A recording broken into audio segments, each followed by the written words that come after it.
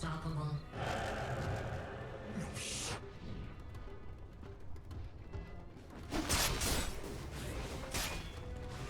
Dire's top tower is under attack.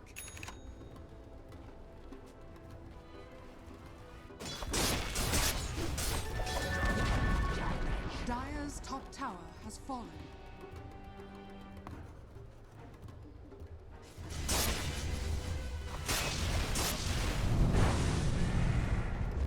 Dire's top tower is under attack. Dire's structures are fortified.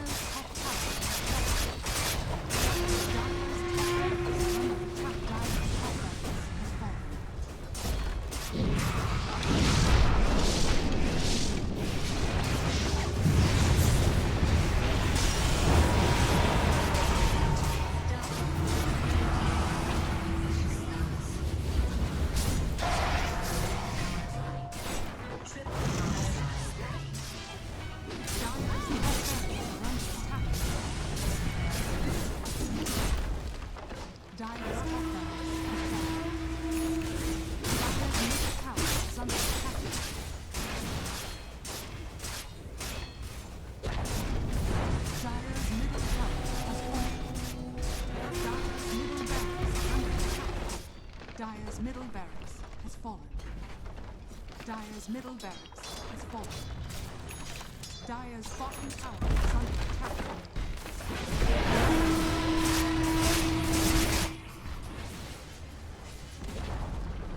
Dire's bottom tower.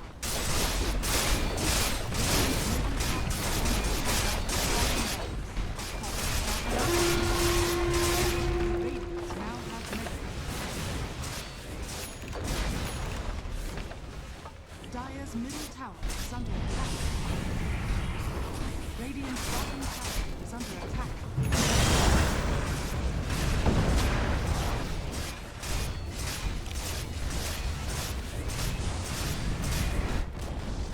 Dire's middle tower has fallen.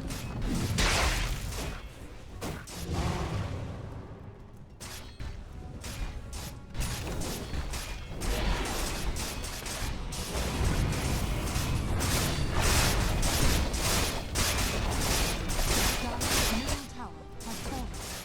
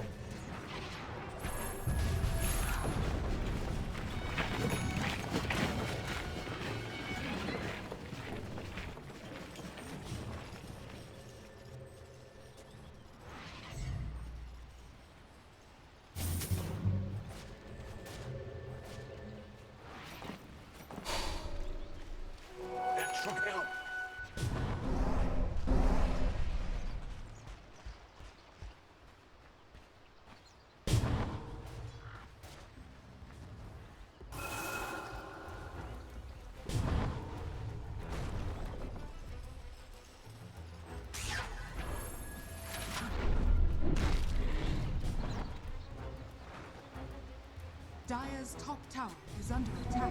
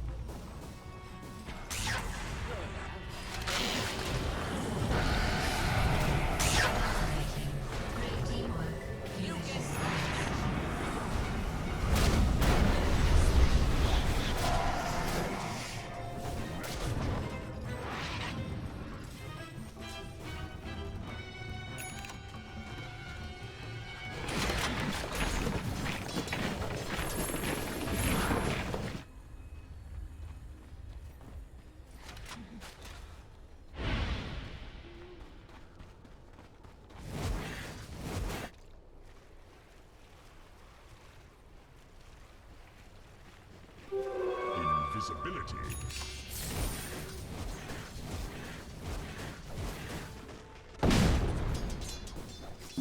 Dire's top tower is under attack.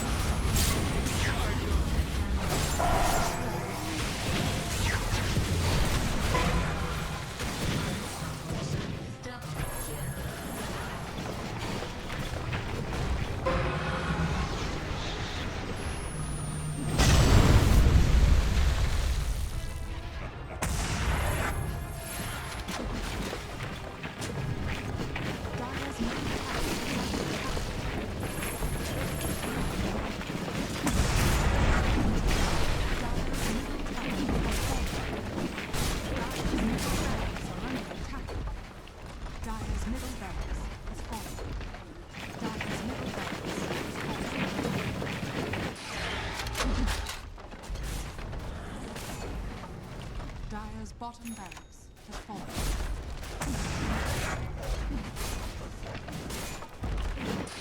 Dire's bottom barracks has fallen.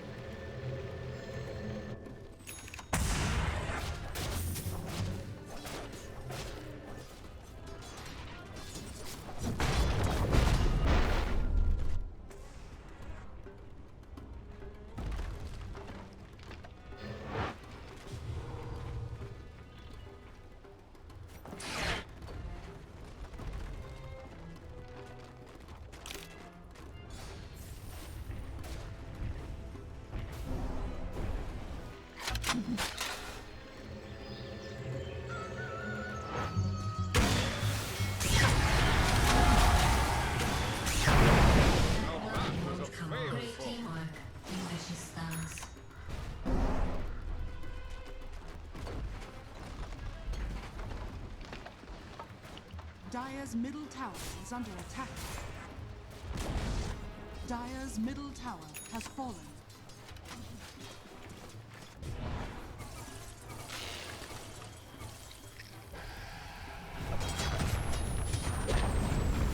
Dire's middle tower has fallen.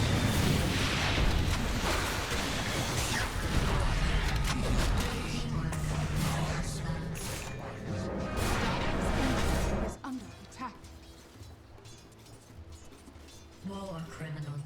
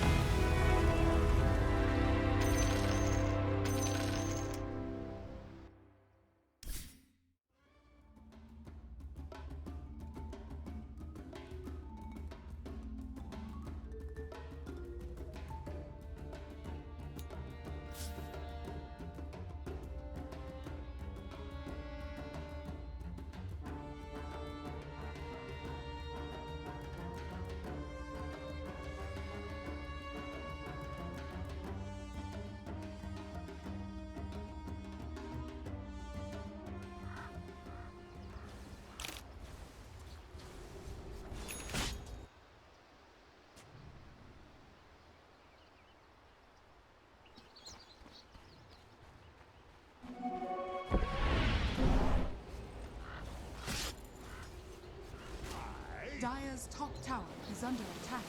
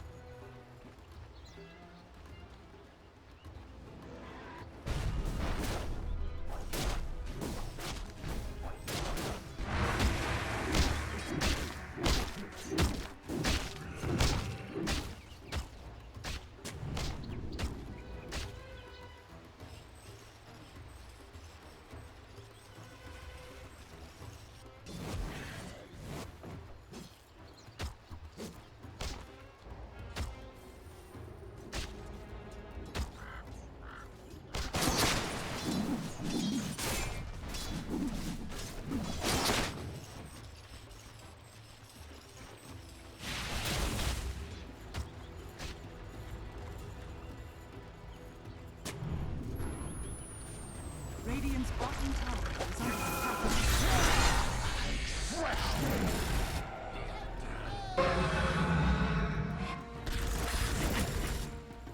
Radiant's bottom tower is under attack.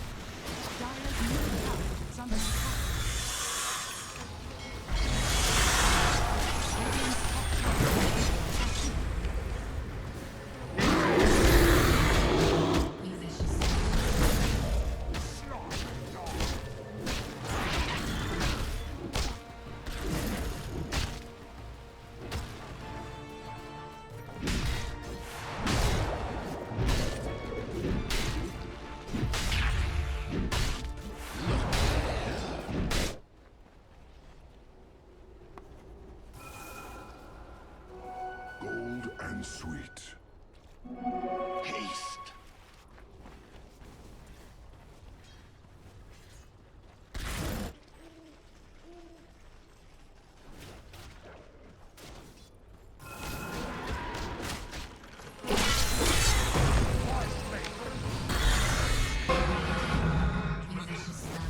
Dire's middle tower is under attack.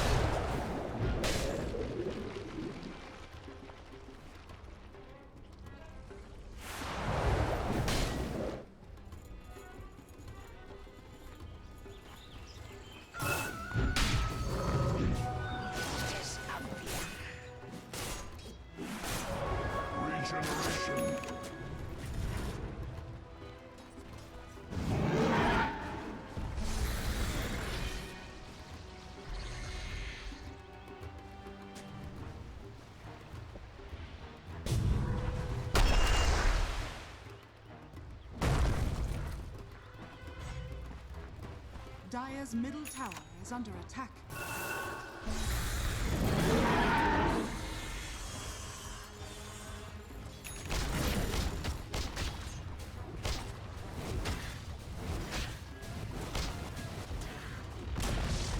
Dire's middle tower has fallen.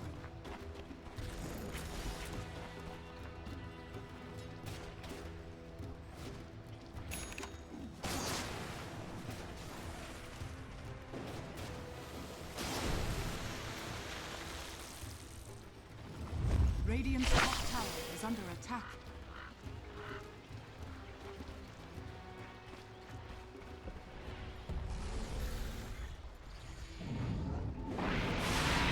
Dire's bottom tower is under attack.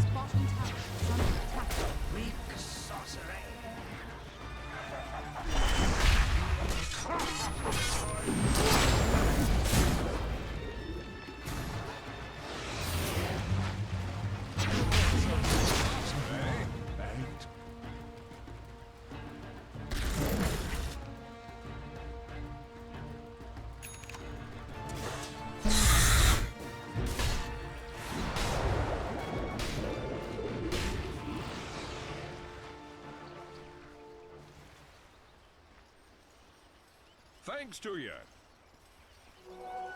Dire's top tower is under attack.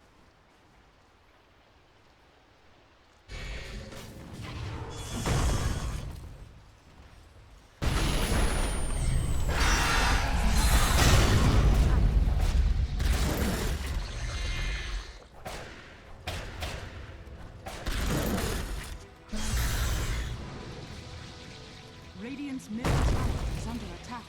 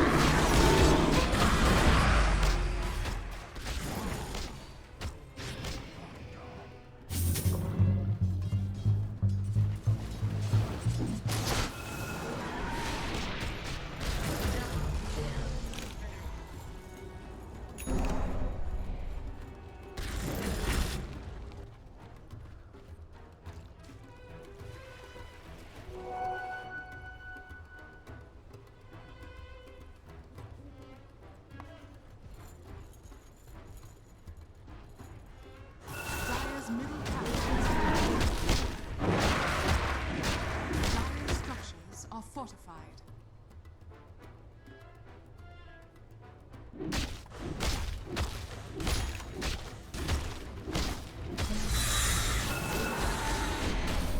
Dire's middle tower is under attack. Radiant's bottom tower is under attack. Dire's middle barracks are under attack.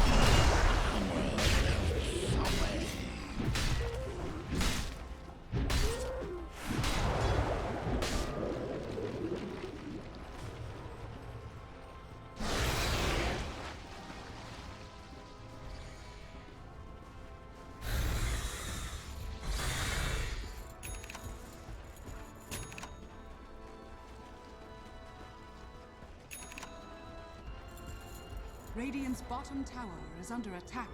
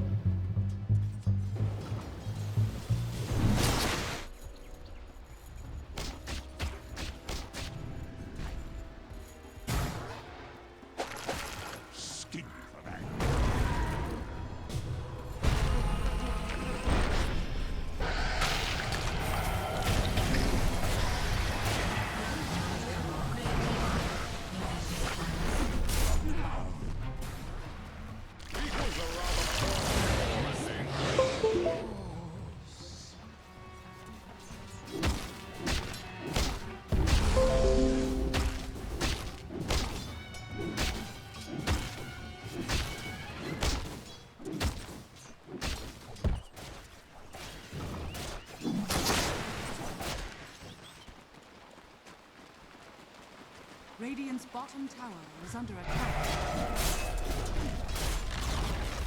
Radiant's bottom tower has fallen.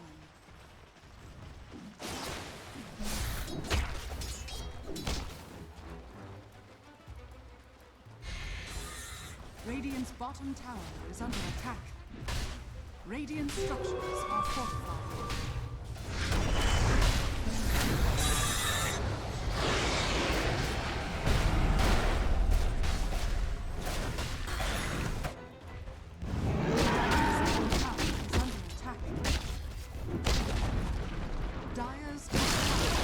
Radiant's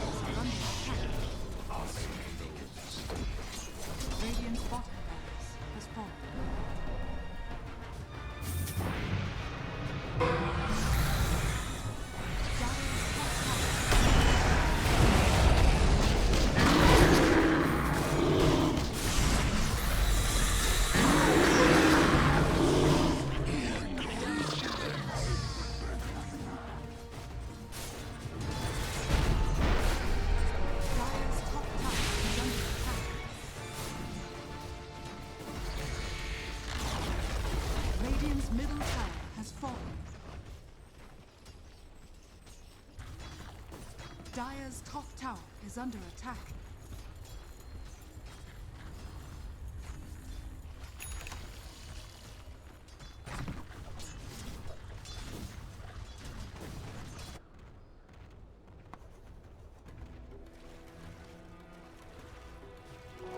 Less.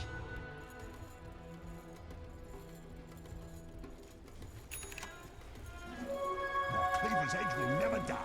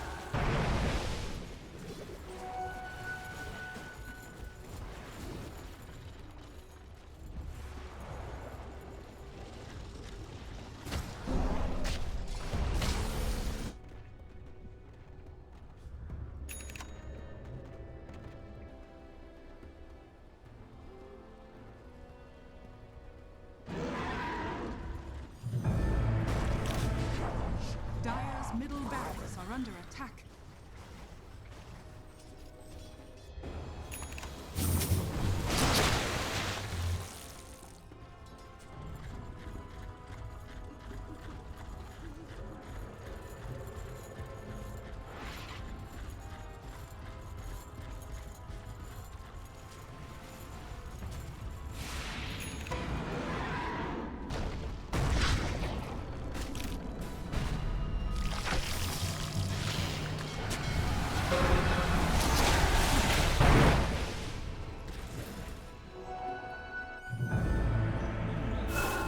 More stand.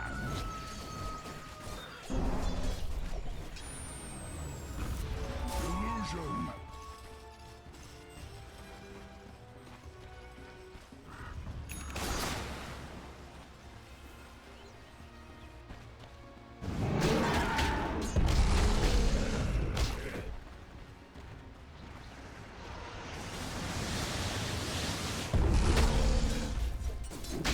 Radiant's middle tower is under attack.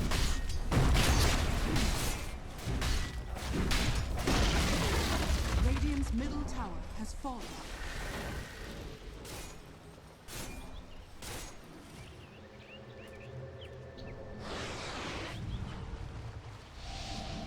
Dire's bottom tower is under attack.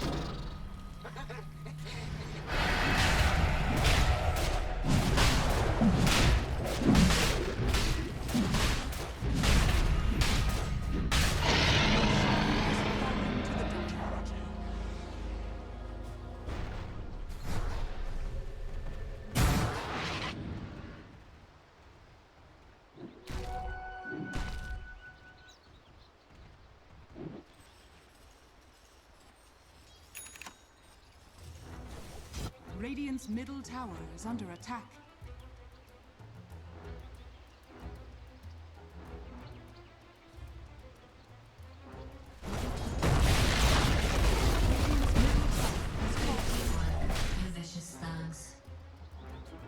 Radiant's middle barracks has fallen. Radiant's middle barracks are under attack. Radiant's middle barracks has fallen. Radiant structures are fortified. Radiant's middle tower is under attack.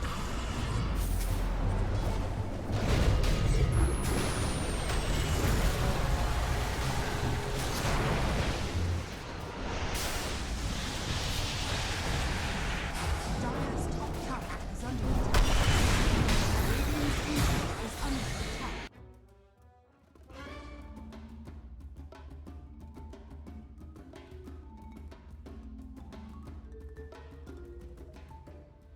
Reserve time.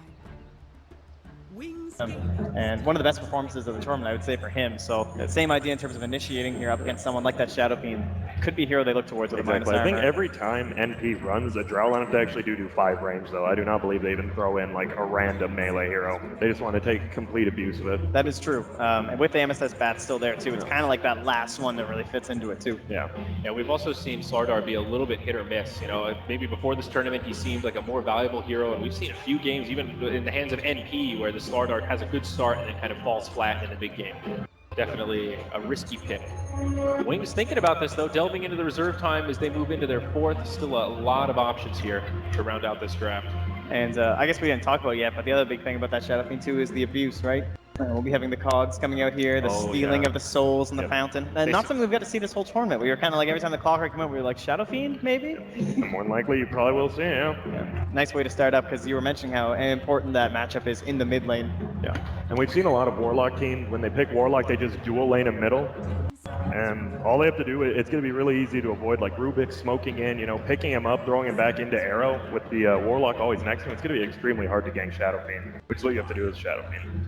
Oh, I like this Lion pickup here. Really nice aggressive support. Going to be great in lanes. Can rotate fairly early as well. Definitely something they were lacking here. Not much crowd control with these first 3 picks. And now you've got a stun, you've got a hex, and you've got a lot of burst damage.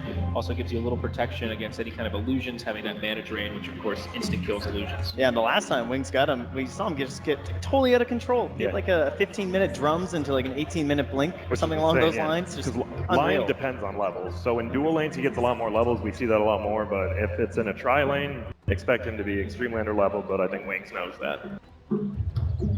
So NP, what's left here? They're looking most likely for another support, and then that off-lane hero for MSS. I think the biggest reason they picked Shadow Fiend in the 3rd pick, I know we're like, oh, well, they picked it really early. They already knew it was going to be the Mirana middle, and they obviously had a strategy against it, so I think that was smart. Now, NP, they probably will leave. They seem to leave Mojo's hero till last. So there it is. There you go. Oh, I lied. 4th pick here, but it is the Bat Rider we talked about. One of the issues with this hero is that early base damage. Drow Ranger makes it much easier, but as you pointed out, Grant, Clockwork, one of the better heroes to match up against Bat once we get into those mid-game fights. Yeah, certainly seems like something Wings 100% knew were coming. They also have the Hex there too, so if they have vision on Bat Rider, even if you don't cancel the blink, just merely seeing him and having that pre-targeted Hex as he comes in could be complete devastation for NP. And in that game, up against EG, you know, it was tough watching that game. I really didn't think NP were going to be able to pull it out, because that whole game relied on consistent grabs with the Bat Rider without ever failing, so NP need to do it again. A couple of interesting bans here. Ogre, 5th ban from Wings, a pretty natural synergy with Drow Ranger, Bloodlust, all that good stuff. But Spectre now 5th ban by NP, a hero we have not seen touched at all this tournament. Certainly a classic up against the Drow Ranger. Someone else to get on top of her, and you can imagine with the Clockwork too, the global potential that could come out there from a simple hook shot into the haunt. Yeah, it's simple. It creates chaos in a fight. When you cast the ultimate, you're right on top of Drow. She can't really do anything at that point. It's a really good ban. Yeah, the easiest way to get behind that sentry turret Drow is just, you need gap close, you need ways to get in, and Clockwork might not be enough. If he goes and gets focused down early in these fights, you need some other way to get on top of her. Very true. Final pick now for NP. It will be a support unless they throw a real curveball here, and it's a roaming Mirana. Yeah, more than likely going to be that SVG hero. We talked about them leaving it for the last, and it will be that big Treant Protector. Once again, big 0-0-16 in that game. The perfect support score for SVG. Grant, a pick that should resonate with you. Unhealable damage now, not going to be a factor. Yep, you can always heal towers up, you can siege down. I think the biggest thing is Clockwork early game becomes pretty useless against tree armor, which is super good if they want to lane up the Bat Rider and Clockwork now. Good tree armor game in general. Shadow Fiend, Lion don't have great ways to deal with it. And Juggernaut, the final pick for Wings. Wow, a hero we have not seen too much at all this tournament. I think this will be his 4th game now overall. Yeah. And heroes still like Bull, like that Weaver there. Those kind of synergies with the Shadow Fiend. We're not going to see it. Looks like he's feeling a lot more confident in the hero despite not really being around too much. Exactly, and Wings has a pretty standard lineup besides maybe that Shadow Fiend, but he's been coming back into the meta, so nothing too crazy, probably just testing the waters out. Yeah, one of the interesting things here, Lion as support, not really played so much outside of the China region, but within China, it's absolutely huge. And, well, as you saw there, we have 2 casters for this game, and it is going to be Purge and Capitalist. Take it away. That's right. Welcome, everybody, to the Grand Finals. That's NP facing up against Wings. Truly a David versus Goliath story. Purge, you've got NP as our actors on stage as the poor little David facing up against the Goliath that is Wings. Do you think that this game number 1, you see the draft, you've got a Drow Ranger push strategy coming out from NP, something they know so well, something they've executed, do very well in this tournament. Can they actually do this? Can they take game 1 against Wings?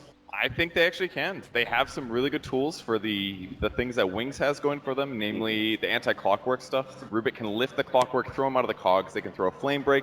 They just got to keep Drow alive, and I feel like she can hit that back line and actually do enough damage.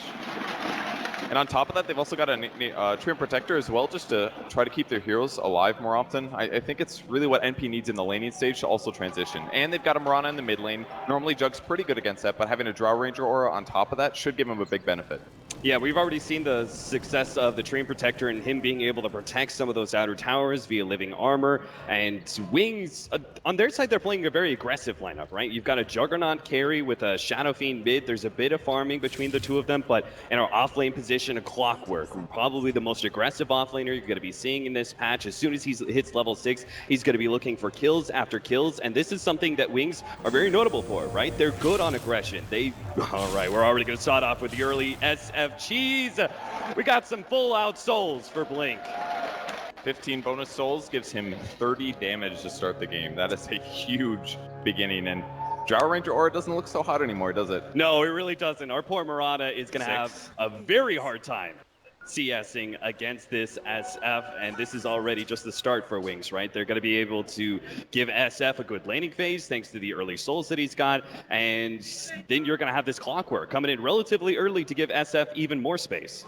An interesting play here by MSS to get all the way to the safe lane. Looks like they might have done like a hybrid smoke or something like that to get space, and now pulling the creep wave should guarantee him some experience. Got to be a little careful about the Lion here because a disable with spin could be his death. He's going to be fine though.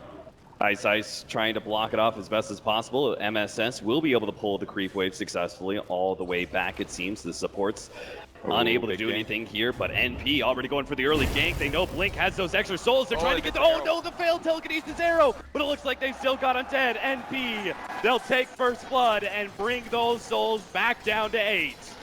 So all of the advantage that they got from the Clock and SF combo, half of it is gone now, so Envy should be pretty comparable in terms of damage, especially if 1437 stays in this lane. Last time I saw this guy play Rubik, he owned the game. He barely died, and he made a lot happen. You know NP have absolutely... They saw this coming. They saw the Clockwork SF. They knew he was going to have the early souls. They knew this Mirana was not going to have much of a prayer at being able to out-CS the SF, so the early gank will bring things a bit more even for Eternal Envy. Just such a good read from them to actually notice that. Normally those level 1 ganks are not very worth it. The person TP's back in the lane, they don't lose very much.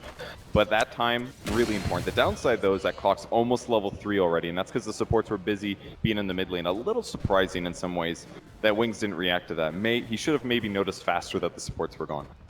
1437 will manage to connect the pull there. Our Clockwork's going to be trying to do as he can, trying to interrupt it. He's going to use the cogs maybe to some success here, or not. SVG, get this. He just pulls it again.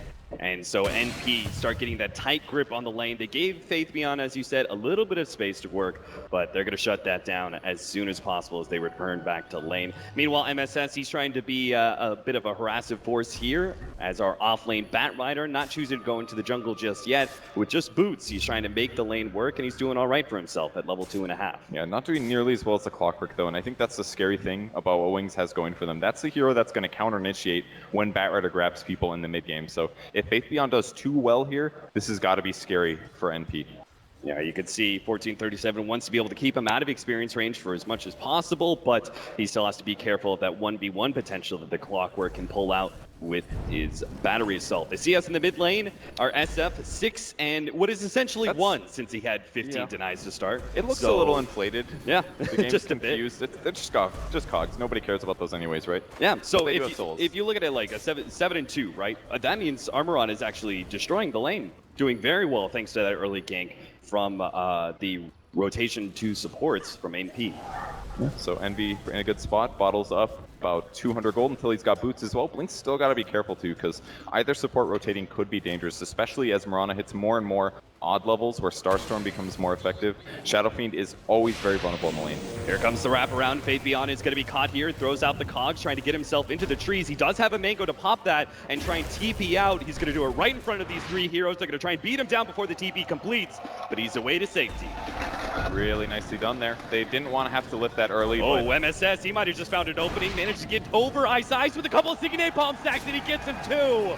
That TP, quarter of seconds away from being able to complete, but MSS will get the kill first. 2-0 now to NP in this game 1. It may be a sign of things to come though, because NP is a little bit weak on disables. They've got Rubik Lift, they've got Arrow, they've got Lasso and Tree Ulti, but those aren't always going to be there. So sometimes it will get you out free, but not that time. Too much damage from MSS, and a huge kill for him. That's going to guarantee him more levels. He's grabbing a bounty rune with that one, and possibly a back-to-base trip to grab Tranquils. Yeah, it absolutely means his choice, right, to stay in the off lane and battle up against those supports works out for him. He's going to be heading on back, probably picking up those Tranquil boots, and we'll see what he does from here. Faith Beyond, he's going to have a little bit more issues, though. He has not yet picked up level 4, despite the early start that he's had. He's already been ganked up once, did manage to get away from that one, but with his TP on cooldown, can't really play too aggressive until it's back up. Yeah, it's up now, but there isn't a Dire Observer ward spotting his every movement, so NP's going to try to get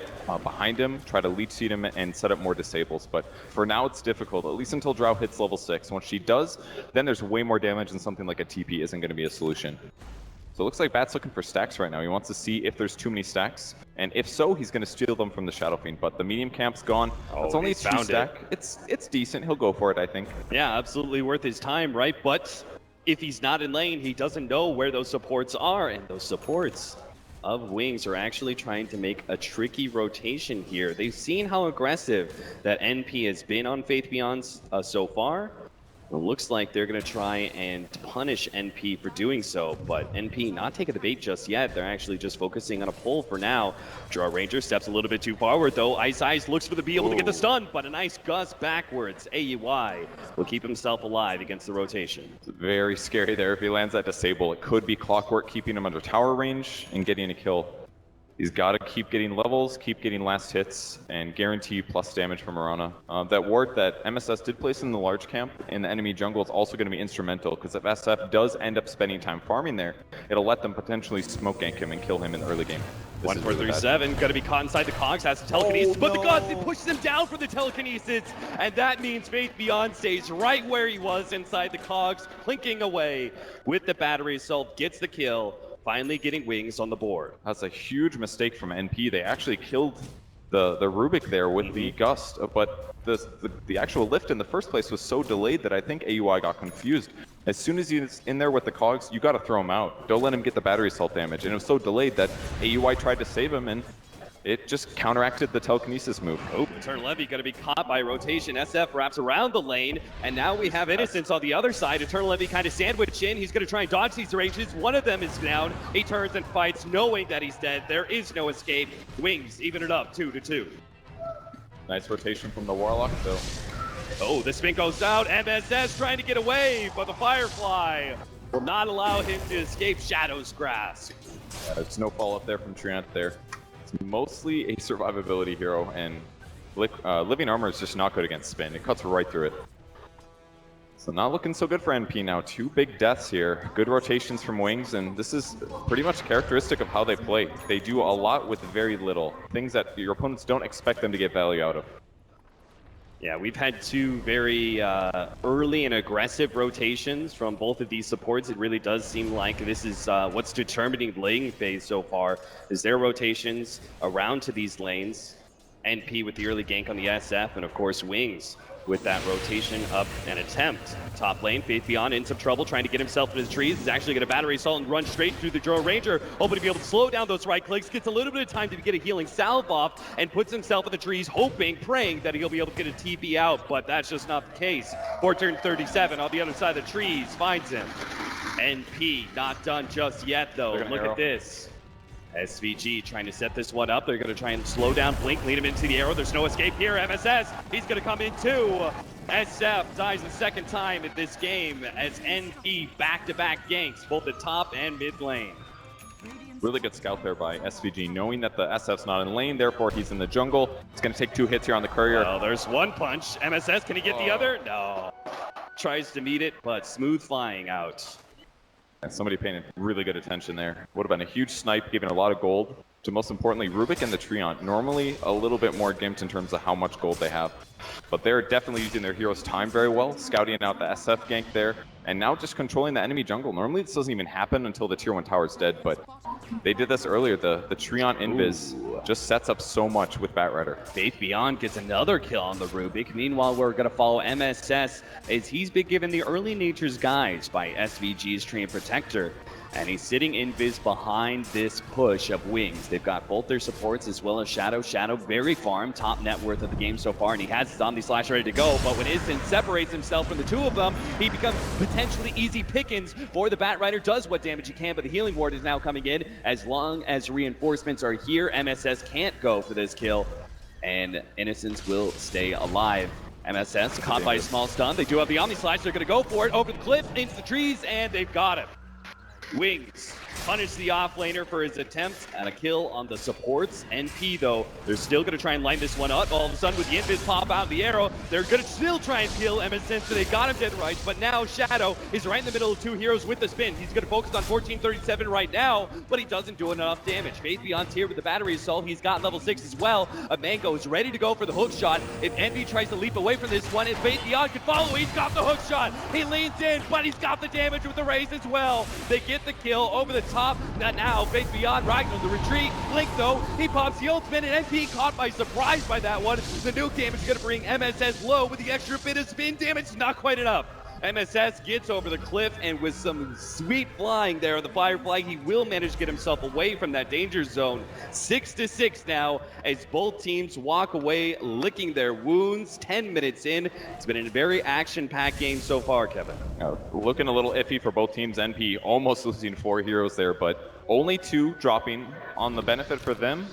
In the meantime, Drow's just been pushing top, getting a tower, pushing creeps, and not being contested. So this is fairly good for NP, I'd say, as long as they don't lose too badly in any of these engagements. 1 nuke, 2 nuke, make it a 3rd, or maybe some right clicks. Oh, he tries to go for that close range one, but NP's able to leap away in time. Very scary. Nice rune to have in that kind of situation. Definitely wouldn't say no to a regen right after a gank, that's for sure. Again, they're rotating into safe lane. They'd love to kill this Juggernaut. It's difficult, though. If Healing Ward comes down, counteracts any kind of damage they're looking for. And it looks like NP will rotate to the safe lane to pressure it now. Drow's in the area. Dragonlance with treads, it looks like. So very good damage. And they did a little bit of this yesterday, actually. Just sieging the tier 1 towers just with the Dragonlance range means that it's very difficult for Wings to defend it. They don't have the resources. They're not ready to take the team fights. The Warlock's not 6. The Lion's not 6. And until then, Wings is severely lacking damage.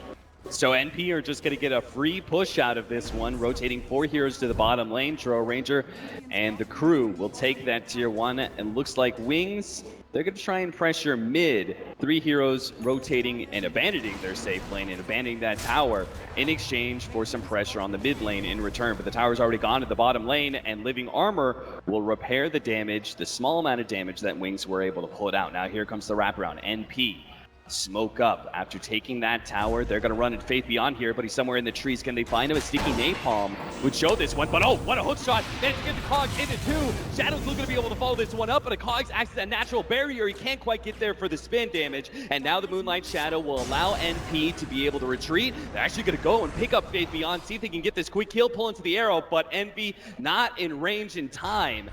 He still has the leap out, can get himself away from Wings as they're just trying to run at NP and get what the kills they can. Oh, nice turnaround silence. That's a beauty. Maybe they can actually take down Shadow, but Shadow has enough HP. Looks for the Omni Slash, doesn't throw it out just yet. Blink goes to that ultimate, and NP have a little bit of loss of damage. They're going to try and blow up NP, and they've got him dead, but Blink, he's going to lose his life in return. Pecker down by AY. He looks for the next one. That's Ice Ice. 3 down from Wings. NP win a very big team fight inside the Radiant jungle. Dude, that turnaround was amazing. It looked so iffy for them. They wasted the lasso arrow follow-up, but all of a sudden they got there. They put the disable on the Clockwork. They kept him separated for the start of the fight. That was the big difference. And once Clockwork was dead, there wasn't a lot of Wings that could actually run after NP, at least when the Juggernaut was low. And again, still having the chaotic offering available to them, the Wings have not put use that big team fight ability. Maybe they can turn things around, but currently, as you can hear from the crowd, NP have taken an early lead in this best-of-3 series. Ice Ice going to TP to the bottom lane. They actually managed to get a dust out. MSS going to be the target of Omni Slash, and he's taken down rather quickly. Faith Beyond, he knows he can go for more. He's going to be gusted back. He's hoping to be able to catch one of these supports with the battery assault, but just can't quite close that distance. Meanwhile, NB will take the extra shots on the mid-tier 1. So even though they are occasionally losing their heroes, they're getting massive advantages from these movements. They're pressuring towers. Wings is trying to trade to at least get some offset of the fact they're losing their better tower, and NP can just late TP one hero and then over time heal it back up with the Treant. That means that any offset that Wings normally gets in a typical game is not here because of what Treant accomplishes and how early they're taking towers. So an occasional pick-off like that is not going to hurt them too much. So in other words, if Wings want to be able to take one of these outer towers, they need to make a full commitment and take it down from 100 to nothing. Otherwise, that living armor will repair the damage, and that's what they're going to try and do right now. Shadow is even going to join them as he was farming up a bit in the jungle, but he will join Blink in right-clicking down this tower. NP not going to give it up without a fight. They've already popped the Moonlight Shadow. Wings have seen it, and they'll walk away, biding their time. At 1437, he's going to find his initiation onto Blink. They're going to bounce and Black. Blink is the target, but at the same time, Faith Beyond has managed to jump on the Draw Ranger. He's going to be able to take him out with the battery assault. A carry for a carry, maybe living armor. No, he's good. AY making the distance. Shadow hoping to be able to get a little bit of more, but he can't quite get there. And now it's Kite City for NP. They're going to be able to run down Faith Beyond as well as Shadow. Just a little smooth footwork there from NP. Envy even picks up the extra kill in the back line. Innocent dies next to his own tier 1 tower. It seems nothing is safe for Wings as NP strike hard as soon as Wings try and go for that push in mid. It was a beautiful initiation, the lift to throw into the lasso, and then 1437 with the stolen spin got massive damage on the SF, even with the rock stun. 2 spins that fight, I dare say that he did the most damage all across there, but amazing team fight from NP. Again, winning a team fight this time and getting a tower. You can see the power of that Tree Protector as well. We talk about the tower repairing mechanism simply because it's so unique to the tree and the tree alone, but the fact that he was able to get the leech seed out on the Clockwork, getting the heal directly to the Drill Ranger, and then also giving him a living armor is what saved him from what should have been just a clean kill for Faith Beyond, but the extra bit of sustain was enough. And once they have to overcommit to killing the Drow Ranger there, and finally he's safe under his tower, he applies slows to the Jug that guarantees he dies as well. He may have just survived there if it wasn't for the frost arrows. How many times in this tournament have we seen Wings down by a significant amount by 15 minutes? That's a pretty big gold amount. It's absolutely not insurmountable though. Wings does some amazing things to get back in games, crazy unpredictable movements, and really solid showings to make your opponent think that they're where they aren't. Wings, they have the opportunity. They have so many abilities. They've got great heroes to be able to scale out. Losing the early game is not the end of the world. It's going to be on NP to continue what has been a very strong showing by them. Close out in a more perfect late game. We'll see. 16 minutes in, 8-13. Right now, our Joe Ranger is sitting at 9K net worth, and our Shadow Fiend is only at 6K, sitting neck and neck there with Eternal Envy. And normally I'd say SF is going to way outfarm a Priest of the Moon, but the problem is that by the time the Ags comes out for Potom, he farms about as fast as a Shadow Fiend does. All of that extra AoE thing isn't going to be the case. You absolutely don't go on this. He's got an Invis. He's a little upset he got arrowed, of course, but the pressure remains on the other side of the map. No ulti from Warlock for 11 seconds. NP showed himself at top, but he's also seen the Shadow Fiend, so NP feel comfortable going for a small push at the bottom lane, but it looks like SVG's been caught. That should be a free kill for Shadow, unless AUI and 1437 can stop this one. SVG, he gets a little bit of distance with the overgrowth, but Ice puts a real quick stop to that retreat with a finger of death. Blink, he's walking forward here. NP don't know this, but there's an invis, or do they? They've actually got a counterward set in place, and Blink, he was sitting so far ahead that nobody from Wings can actually stop that kill. And NP, right counterward at the right time. They're gonna pop that Moonlight Shadow and see if they can push and punish Wings for more. That was very greedy from the SF. Remember, he got arrowed above? You can see his inventory. If you check to see if he has the invis, that's going to get NP to put sentries down if they didn't already have them down. So very greedy play from SF there, trying to start a fight in a great way. They picked off the Treant, but he's already up and contributing despite being across the map. Yeah, very clearly NP had that information, laid down the counter ward for him, and as a result, they'll be rewarded with the tier 2 tower bottom lane and a great team fight. That's going to be a Shadow Blade now for the Drow Ranger. Talk about the Juggernaut and the SF and how they still need to be able to make this item progression going into the mid game, actually get those core items that's necessary for them to be able to dominate team fights. That Shadow Blade's going to make it so hard for them to be able to find the space as AUI will start crowding out the map. Even for a hero like Clockwork, he's going to have to carry a dust now if he ever does go on the Drow Ranger. And he's got a Force Staff. He's got 2 big Clockwork counters. So, and if he transitions that into a Silver Edge and starts breaking passives or damage outputs for 5 seconds, if he gets the drop on either of these carries on Wings' side, it's almost for sure too little damage from them anymore. Blink is also going to be trying to go for a Shadow Blade of his own. Meanwhile, Shadow not going to be going for the Shadow Blade. Contrary to his name, he's actually got Phase Boots Ayasha, another 1,000 gold in the bank for now. Wings don't really seem to have too many places to farm. You can see them, multiple heroes grouped up near that mid lane. They're all staying pretty deep on the Radiant side of the map, and NP are free to split up and push out and be very farm efficient. Yeah, they're just scared of the invis. If you look at how many sentries that Wings have across their jungle, I can see 4 or 5. They just want to make sure there aren't wards in the area, that they'll be able to see an invis hero if Treant Protector does use Nature's Guise. It costs them massive gold though, so if NP just doesn't fight for a bit of time, it could just be a giant gold advantage just from sentries alone. Ward placed out by SVG, and he's also scouting both Innocence as well as Faith Beyond. That's one of the great powers. Riki, Treant Protector, only 2 heroes that could just go out, place wards undetected, but it seems like Wings did sniff that one out at least. Yeah, they may have seen him wrap around the large cliff there. They're just going to push the wave here. Might as well. Wings constantly scared that NP is going to back off and take Roche, and this is just a testament to how they're farming the map. They'll put 1 hero to push the lane, but the others are farming jungle, so Wings will never know where the other 4 are. Ice dead in 3 shots from AUI. Shadow will manage to make a way as the arrow scouting one from Eternal Envy, hoping to be able to just get the lucky pick, is not there. But still, the beginning of the Shadow Blade ganks has started for MP. Blink, though, has picked up his own Shadow Blade, so maybe he can still feel confident in pushing out. He can't afford to just play only a safe game, right? Wings do have to take certain risks given the net worth lead that NP has right now. How do you feel about that Shadow Blade on SF though? I feel like if you're in a losing game and you're not a hero like Slark, there's a possibility NP just is winning, buys a gem, puts it on bat, and then Blink is always going to have trouble using that item. I think that absolutely could happen. NP could even just like 5-man take Roshan, and then there's no real good initiation from the SF either. There's plenty of problems with this Shadow Blade, but it seems Blink feels like it's his best way forward. All those towers, such high HP, the living armor is making sure there's no real push. They damaged the top one though. That's pretty low. Oh, yeah, it was already, it was all the way down to 1200 HP of 1300. He was busy. That's pretty much what most Wings have gotten so far, is maybe chipping the tower down to at most half health, and then there it is. They see the Shadow Blade, they pick up the gem just per your suggestion, Purge. No, he may have to buy Quelling Blade, but he's going to go through and just burn all of the sentries in the Radiant jungle. As long as they control space and they have a show of force with enough heroes in the area, It means those sentries to protect you from treant movements are not going to be valuable anymore.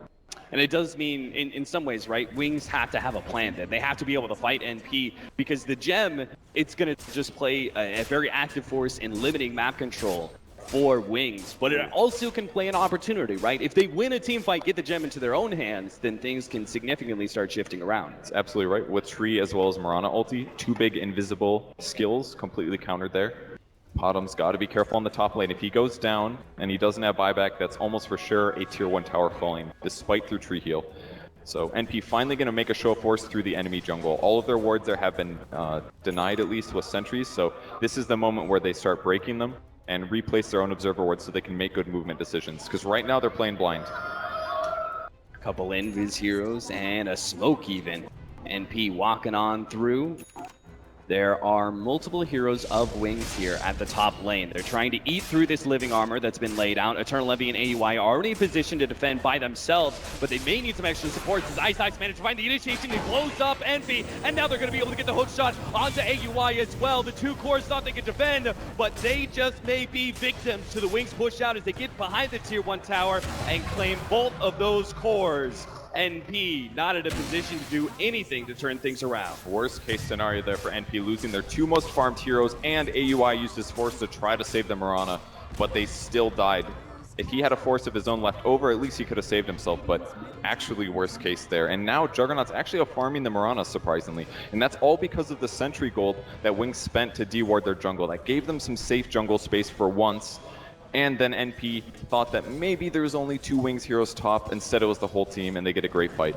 Yeah, we've gone from Shadowblade to almost a BKB now being completed for the SF, so he won't have to be as worried about the Mirana's heavy nuke damage, the Batrider's magic damage he puts out as well, even the silence from that Drow Ranger won't be as much of a problem. He'll have an easier time getting off that ultimate for the big team fights. It seems like NP, with that one small stumble, combined with the giant net worth lead that they have had in past, has now been given up, and Wings start making a bit of a comeback. But we'll see. NP still have that gem, and they still have ways to be able to put the pressure onto Wings for some team fights. Even the Roshan is still available to them, but you can see it is always being scouted out by Faith Beyond. On the bright side, they did steal the rocket, though, so that should give them even more vision advantage that they didn't have before. And they also have one great ward placed at the top ramp towards Roche, which means that if they do go for Roshan themselves, they'll at least have vision of non-smoked heroes.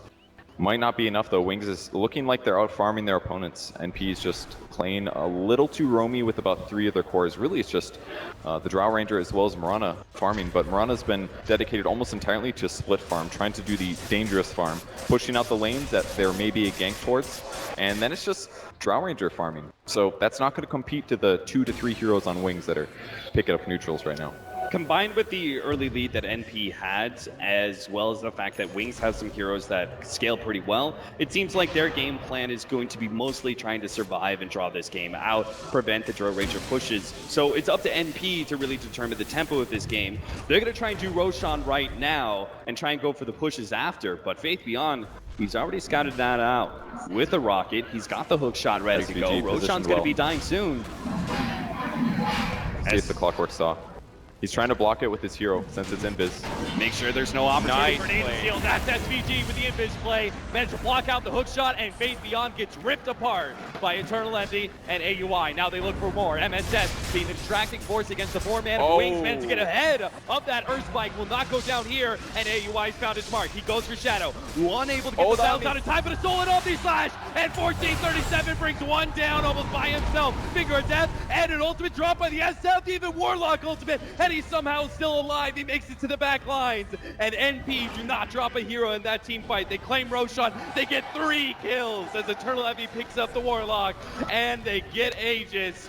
NP, a full recovery from them after a minor stumble in the top lane. Just amazing play from SVG there. He knew that his opponents could see exactly when Roche was dead because of the rocket vision, so that's when he tracked to where Clock was going, blocked the hook, guarantees the Clock kill, and then they get to chase. Healing Ward was on cooldown, an amazing steal from 1437, and all of a sudden NP swings back into a huge lead. Now NP pushing into the mid-tier 2s. I was going to ask you, Purge, when does NP need to be able to push a high ground? It seems right now they're going to be able to at least take tiers. When would you like to see them take a lane of Rex? Like in your head, what is the timer? Is it 35 minutes, 40 minutes? When do you say, all right, you should have gone high ground at least once by now? I think they have the opportunity ready now for sure. They just used the Golem. This is a great teamfight opportunity. I mean, maybe getting a pick first would be wonderful, and it's possible they might delay this to try to keep 3 lanes pushed in and utter map control. They can always buy more items, really. Drow can be a comparable carry to heroes like Shadow Fiend and Jug, especially with this kind of a net worth advantage. He's 4,000 ahead of both of those heroes. And they do have some pretty significant items that are coming up too. The Force Staff for the Bat Rider, not just versus the Clockwork, as we've seen the team actually prioritize that Force Staff. So one's been picked up by 1437. AEY obviously has the Hurricane Pike, but also for him to be able to get an easier initiation. Whoa, nice play there, Jesus. Almost caught out, managed to blink away, just one step ahead of that arrow. Chipping away at that tier 3 though. The range advantage, he just sits on the low ground, pinging away, his allies on the high ground providing the vision, but they've overstayed their welcome just a little bit. They could continue forcing that, but at some point, you gotta play it safe. Omni Slash back off cooldown. Really unlucky there for Shadow. It jumped to the Mud Golems rather than killing the Bat Rider. Just everything went bad in that fight. Omni Slash is now back up. Not just for the Juggernaut, but for our Rubik as well. He's got a Force Staff and a Blink Dagger now. So he has a chance to get a great initiation. They don't have to rely on just MSS to be able to get the lasso in, pull back. That's not going to be only his burden, but 1437s, he's going to be able to share the load as well. 11-18, it's 28 minutes into the game right now, a 16,000 net worth on the Dro Ranger. She is far away ahead of both the Juggernaut as well as the SF, who are sitting around that 12K area. They've got 2 minutes left for the Aegis.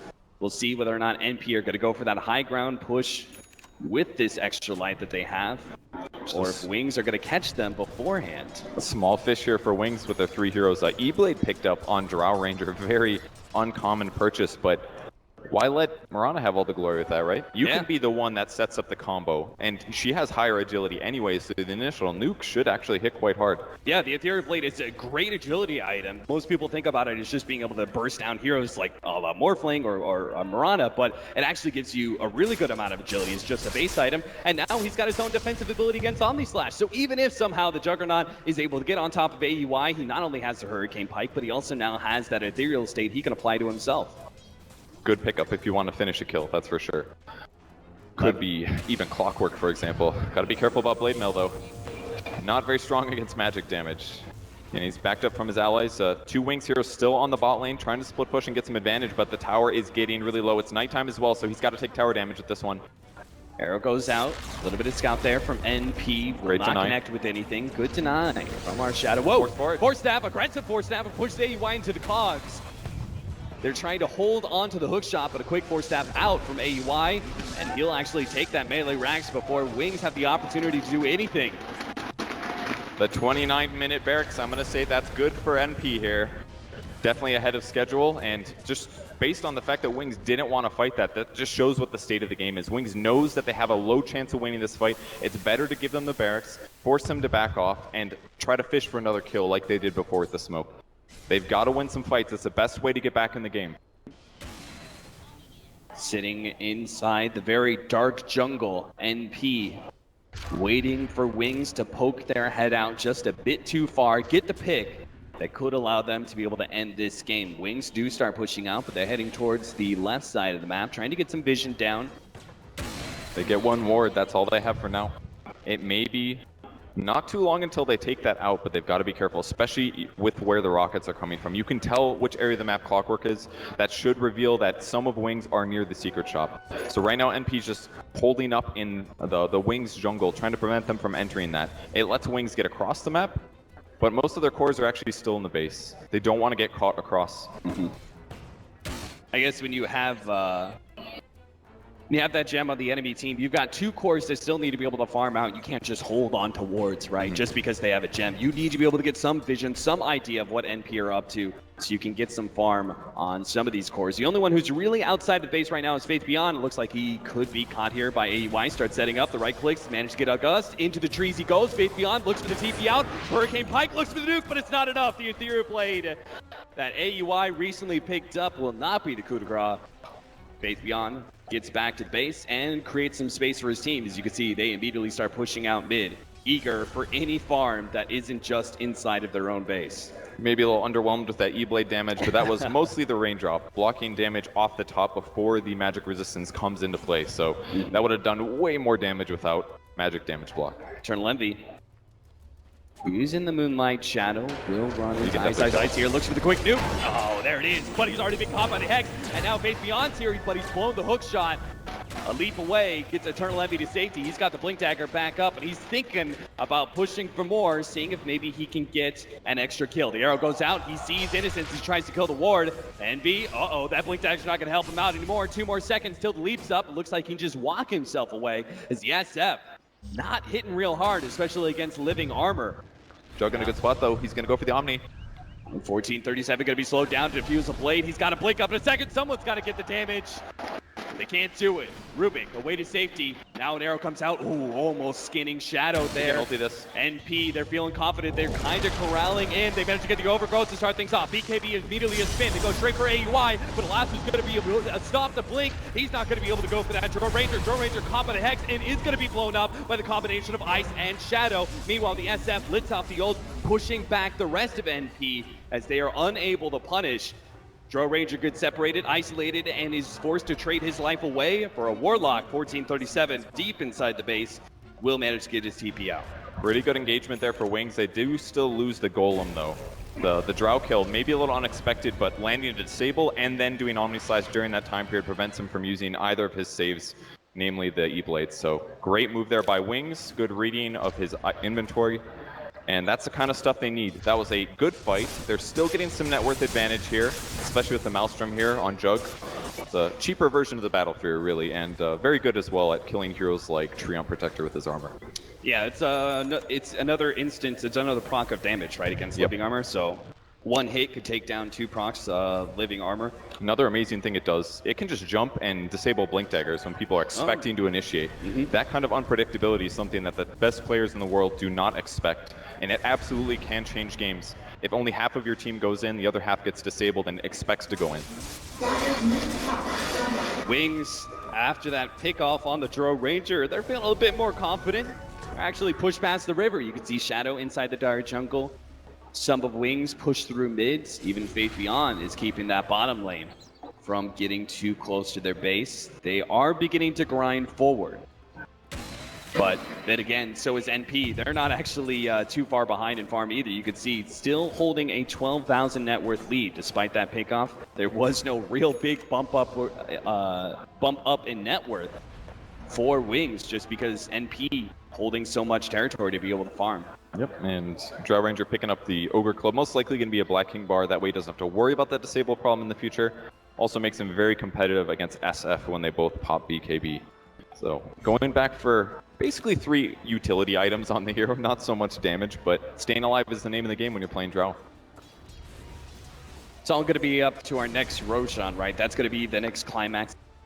And we have NP who want to be able to grab the Aegis for themselves and give them a nice safe push into the high ground, or at least safer than the alternative. 1437, nice reactions.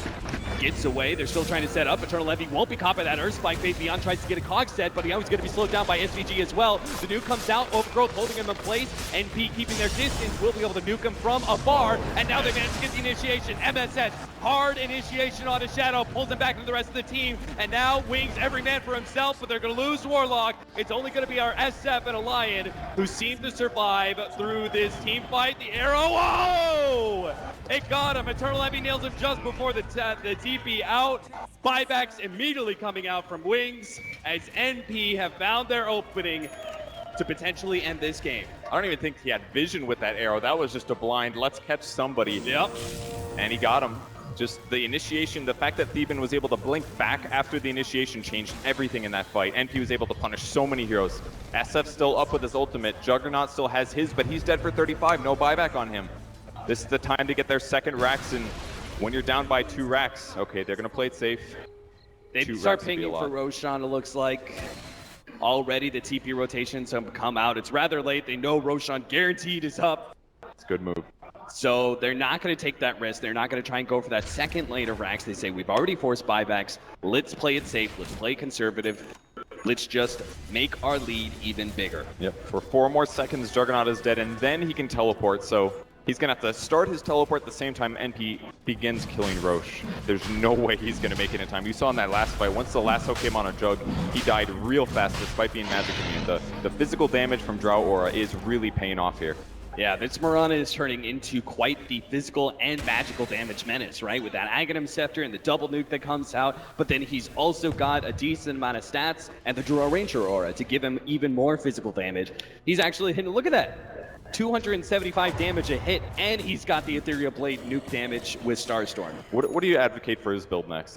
Normally, they just max Dagon, just a combo with the E-Blade, but I kind of feel like he could go for a physical damage build, something like Manta Butterfly, and completely justify it this game. Do you think that would give him a little bit more prolonged, sustained damage if this game went late? Like if Absolutely. they didn't manage to close it out for 10 minutes? Yeah, you got to worry about beating the SF in a right-click war late game, and if they just go nukes and they do a combo and they pop their BKBs early, if it's always Wings initiating, NP's going to lose a lot of those fights. So I'm worried if they just go all in on this magic damage thing. Well, we'll see what our Mirana is going to do. He, of course, picked up the Boots of Travel for now and is holding on to buyback, but we'll see what the next big item outside of that utility is going to be. Meanwhile, our Drow Ranger is stacked to the gills. BKB, Silver Edge, Hurricane Pike, an Ethereal Blade, and now an Aegis taking up that last slot. It's 38 minutes, 12-24, and that kill score very much does reflect the state of this game. NP have a very big lead. They're just hoping to be able to close out this game cleanly, sitting at a 20,000 net worth. That's pretty huge for this point in the game.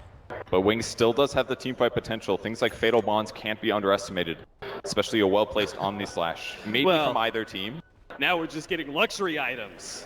1437, he's got himself an Aghanim Scepter, so you're talking about if he steals Chaotic Offering, unlikely, but if he does, amazing.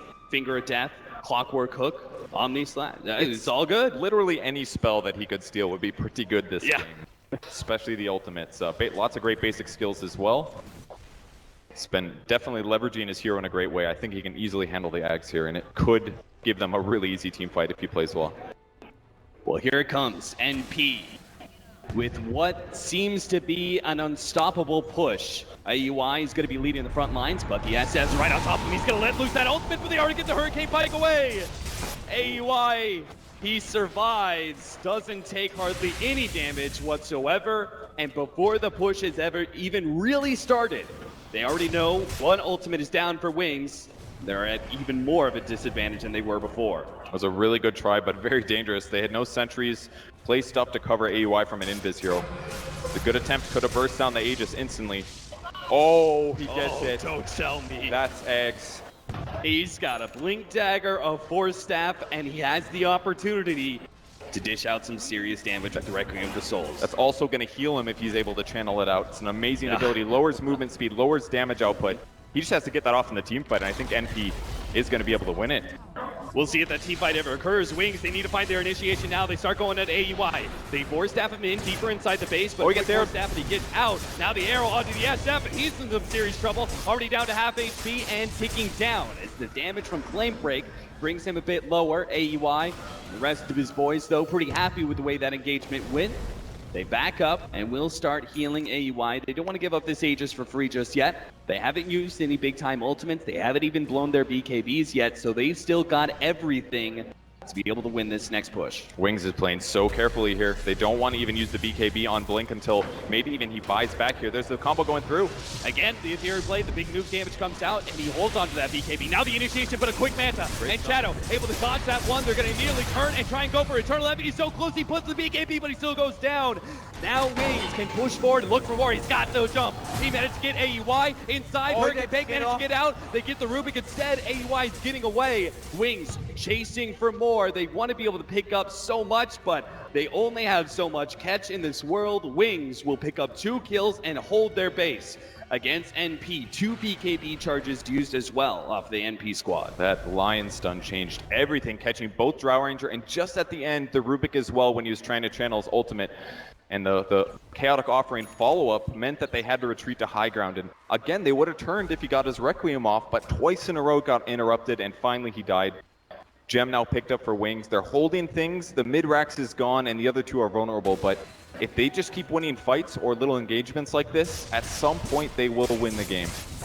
We are seeing some very worthy tier 1 performances out of our supports, both 1437 on the Rubik and that Blink Dagger for Staff, as well as Ice on the Lion, have had quite the impact in this game so far. But in the Battle of the Cores, it's NP currently head. Again, the net worth still to their favor by a significant amount. The cores of Wings are slightly catching up, but it's our supports that are going to have to do a whole lot more with a whole lot less, as they're sitting way bottom of the network chart. That Warlock's especially poor, but luckily for him, it's a hero that's fairly item independent. Levels are a really big deal, and they're going to provide a lot if he can get a good Fate's Edict down or even a great upheaval. So, AY looking for that early kill or not? I think he's just messing around. He can't do anything once he E-blades him, so... Yeah, Ethereal blades up a Clockwork and then kind of looks at him funny. Yeah, there's not much you could do. Forces towards him, E-blades him, then pushes him away. That's just style, man. Trying to get in their heads is the best way to taunt, I think. It's a good way to feed sometimes, too, though. You got to be careful with those moves. Yeah, absolutely. Wings, they will take advantage of any mistakes that you make in this game. NP have already made a couple of small ones that have delayed out this game. NP, though, still in full control. Smoke up. Maybe Moonlight Shadow. Maybe they're going to go straight through into this mid lane, but there's already a Sentry Ward there. They actually place a ward, but that's going to be countered out real quickly by Wings. They've even got a gem on their Lion if necessary. No one's taking the bait for the ward, though. MSS, you could see him with the smoke still, sitting there on the side of the cliff, waiting for his blink initiation onto whoever went for that ward, but Wings sit very, very safe near their tier 4 towers and await NP in the next push. Great ward position. They knew what the trick would be when NP approached it, and it's a smoke plus invis to go high ground. With their heroes position with the sentries as well, that would have been spotted. So NP loses another opportunity. Every time they use a smoke, it's getting a little scarier here. It's going to rely on them to just do typical initiations, and against a gem that their opponents have, that's not always going to work. Yeah, it's not about trying to upset this game in one swift move, right? It's a whole bunch of small decisions that Wings have to make to kind of grind their way back into the game, and they've done it so far. But it would be quite the shame for Wings if they did all this throughout the game for 45 minutes, but still ended up crumbling to that NP 5-man push. NP, AY, again, they seem to have such good awareness. Part of it is the aggressive wards that they have laid down, but they have read so many of Wings' rotations and stayed one step ahead of them. Yep. Really good time to back up for the Drow Ranger, anticipating the movement. In the meantime, Eternal Envy on the other side of the map, pushing that out safely, and then when he finishes his wave, he goes to rejoin his allies in case the fight does actually begin as they fake back. So NP is just playing this map very well.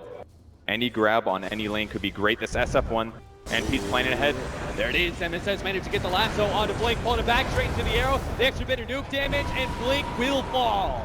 He is down for 70 seconds. No doubt that NP will push and force the buyback out of it. So huge play there.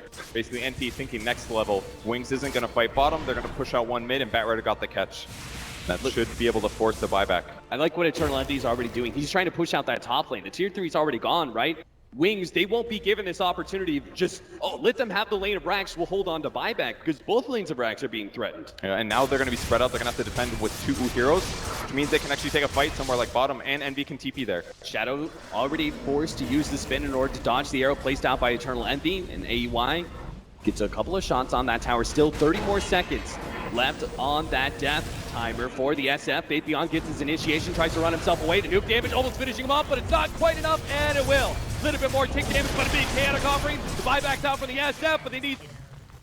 They've only gotten 2 supports. Meanwhile, Eternal Envy, he's already taken range frags. He's about to get the melee as well in the top lane. NP just moving wings around. They managed to catch up the SF. AUI by himself looks to be able to take him down with the invisible damage. He's got him dead. Force taps away. Shadow Blade out, and Shadow has nothing to do to that counter. He'll get kited. Silver Edge goes out, but maybe AUI, he thought with a slow he'd be good. The spin goes down from Shadow. He's going to be able to pick up that kill.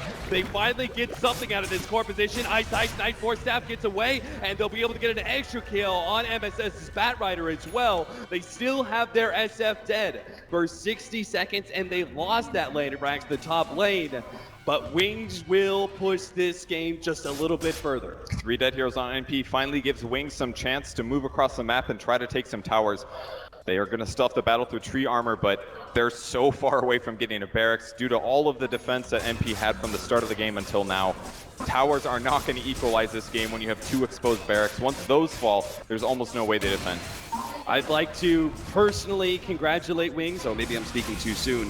I was going to congratulate them on their 2nd tower of the game, but that's not going to happen. Telgany straight to the arrow, and they pounce. NP almost take out the Juggernaut. 1437 almost had him with the spin. They need a little bit of damage, but they can't quite fight him. SVG, he's looking for it. They blink forward. They're actually going to run into Clockwork. They manage to get him. Manta goes out, and Shadow pops through the ward. He's almost alive. He gets a little bit more, and now he turns. He's going to man up. He takes down SVG. He's going to get SVG as well. 4 dead from NP. Wings, somehow, some way, they keep Shadow on the brink of death, but they don't let him fall. Doing so much in that team fight. 1437 was actually able to break it, but they couldn't actually kill him afterwards. Envy running into a huge mana problem, not only just there, but also earlier on and when he was bottom. Went for the BKB choice, maybe something like a Lincoln's could have solved this issue, but he didn't get the 2nd Starfall off once he dropped the E-Blade, and because of that, no dead Jug and 2 dead heroes. NP still have all the advantages in the world. They can take a moment, deep breath. They've still got plenty of objectives they can easily take. Roshan is going to be the next big one, and I'm not sure if Wings can actually contest that. That may just be an Aegis and Cheese that NP will be able to pick up for free. Wings have done a lot to be able to prolong the state of this game, but I'm not sure if they can do that much. We can see Wings already beginning to push out. Faith Beyond's going to try and get some vision over that Roshan pit as much as possible. Maybe he can actually catch 1437. Blind hook, but off the mark. 1437 will not be caught by that one. He'd love to steal the skill if he can get it, but they're resorting to sentries. They don't have gems anymore, unfortunately. Big loss for NP. Their control of the Radiant jungle is going to be much more difficult, and they're on cooldown for a long time. For the first time in quite a while, Juggernaut is top of the net worth chart. It's been Dro Ranger almost the whole entire game, but he is now at 30k net worth. Mjolnir, Manta, Butterfly, Scotty, Diffuser Blade 1, Boots of Travel 1 as well. He's still got some little bit more room for growth, for sure. Our SF has a whole lot more. He's just got the BKB, he can exchange out the SNY and just start building some actual late game items, so they do have some room for growth.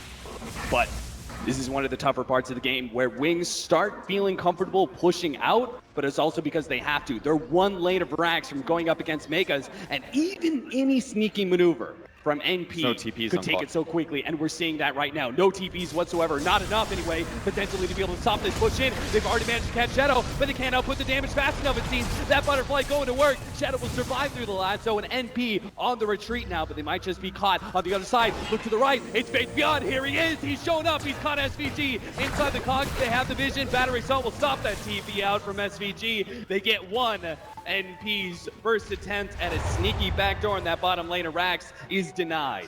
And he wants to backdoor, but he's too scared. He doesn't have BKB, he doesn't have his ultimate. And if he gets hooked, he's dead for sure. 5,000 in the bank for him. Still has his phase boots up, can definitely swap that out for damage items, utility items, survivability items. There's a lot of choices, but things are looking more and more scary for NP. Not controlling the gem means that they're forced into some of these more dangerous moves. They don't always know where Wings is, and they can't control the map as well. Even Drow Ranger is having damage problems at this point. The Butterfly on the Juggernaut means that killing him through physical damage is hard, and he picks up a Scotty as well, covers his HP aspect. That's going to make sure that nukes don't necessarily kill him when they get thrown down. He desperately needs an MKB, or maybe they just go on somebody that's not Juggernaut. They've already lasted up Blink, start pulling him back. AY goes to the guts, but he's run line right next to Shadow. The Golems get dropped. They need to be able to catch up to him, but Double Force has him get a little bit away until the Omni Slash comes through, brings one core down, and it's got a second. Envy, he's not going to make it out either. Shadow wants it. He sees a triple kill here, and he'll have it. Beyond godlike triple kill on 3 cores, and all of a sudden, Wings, they're pushing down the middle lane. They're going to be the ones giving themselves an endgame scenario by forcing buybacks out of NP. Do they defend or do they try to split push? The lanes aren't very pushed in, and Wings is just stomping every single fight, but they are down from ultimates. They don't have Golem, they don't have Omni Slash. If there's no fast Hex, then Envy can do that repeatedly here. They do grab Rubik on the back line though. He does not have buyback. It's a little scary here. So we could be seeing a 4 versus 5 around the Roshan pit, or maybe NP just give it up entirely. It seems so unlikely that they contest given no buybacks, but if they give up this Roshan, Agents of Cheese are picked up. Wings, finally, for what has it been, 50 minutes?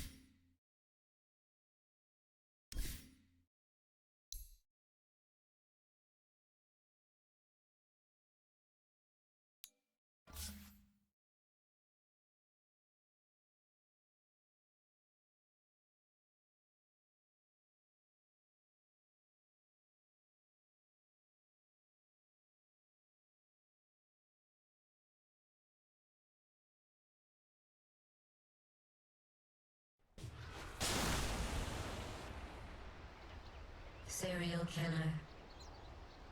Dire's bottom tower is under attack.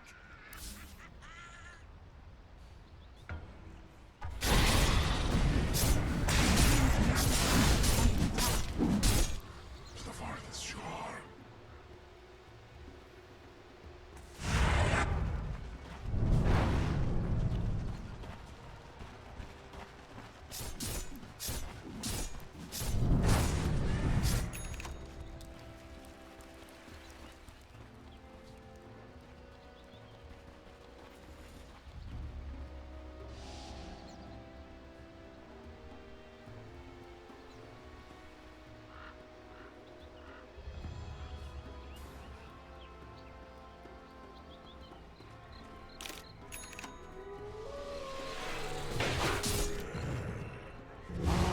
I'm starting to think this was premeditated.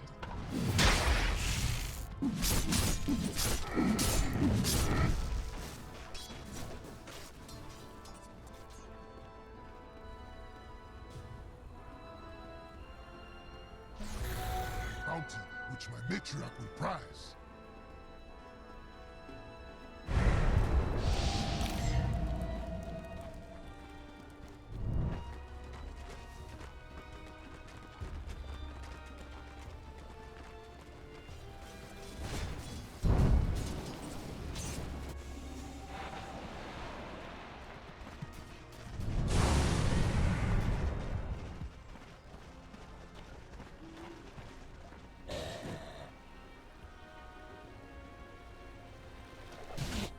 Radiant's bottom tower is under attack.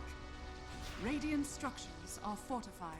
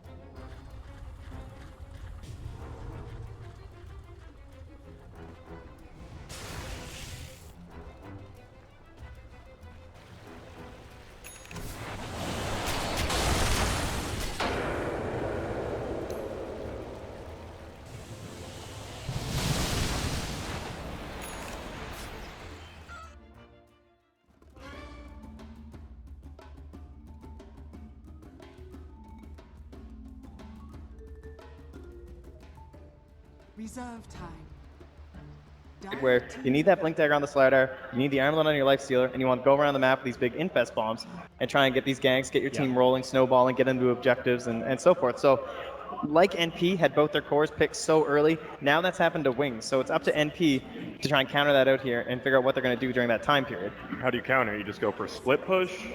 I mean, there's the split push, there's the better overall team fight, perhaps, if you can, like, even if you're just always going to be as 5, right? And I do agree with the Train Protector. I think it's worked so nicely, and again, with forced ganks, having this nice global heal, it's going to be excellent for them. Picking up this early instead of 5th pick. A little risky, perhaps. A bit risky, but at the same time, it's just so strong against heroes like this. I mean, it's going to be able to go through that rage, that BKB, grab them, make sure they can't move, and it's a pretty good answer to the braces combo of StarLadder and Lifesteal. Yeah, very true. Not a lot of tools there to deal with the living armor.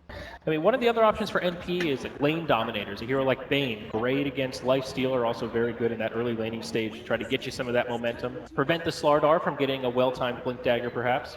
Bane? Bane? Bane?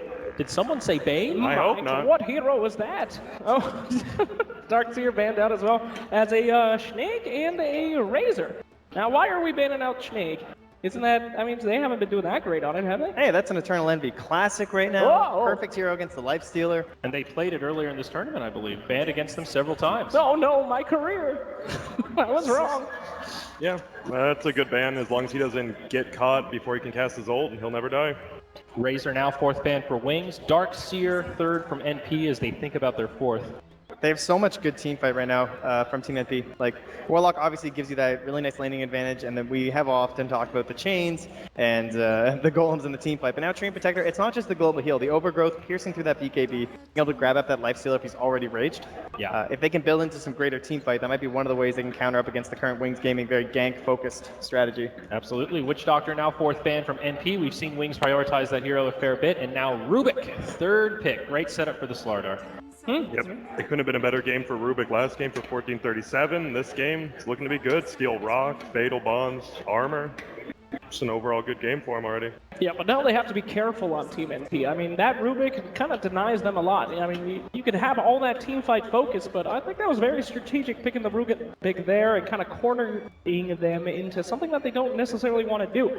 If I was NP, screw the Rubik. Let's get an Enigma, all right? We're better than it. We can handle it. Let's freaking go. A bold strategy. Bold is just what we need. It's Beastmaster here coming out. We got pigs, we got hawks, we got axes, and we got talks. Loud, violent, shouting talks. Classic MSS hero. We've seen him dominate with this in the offlane quite a bit, and now it's looking like NP have a lot of great vision control. You've got Trient, who sort of acts as a mobile ward himself. If he ever gets the Aghanim Scepter, of course, great vision, and then you've got the Hawk and Boar on top of that.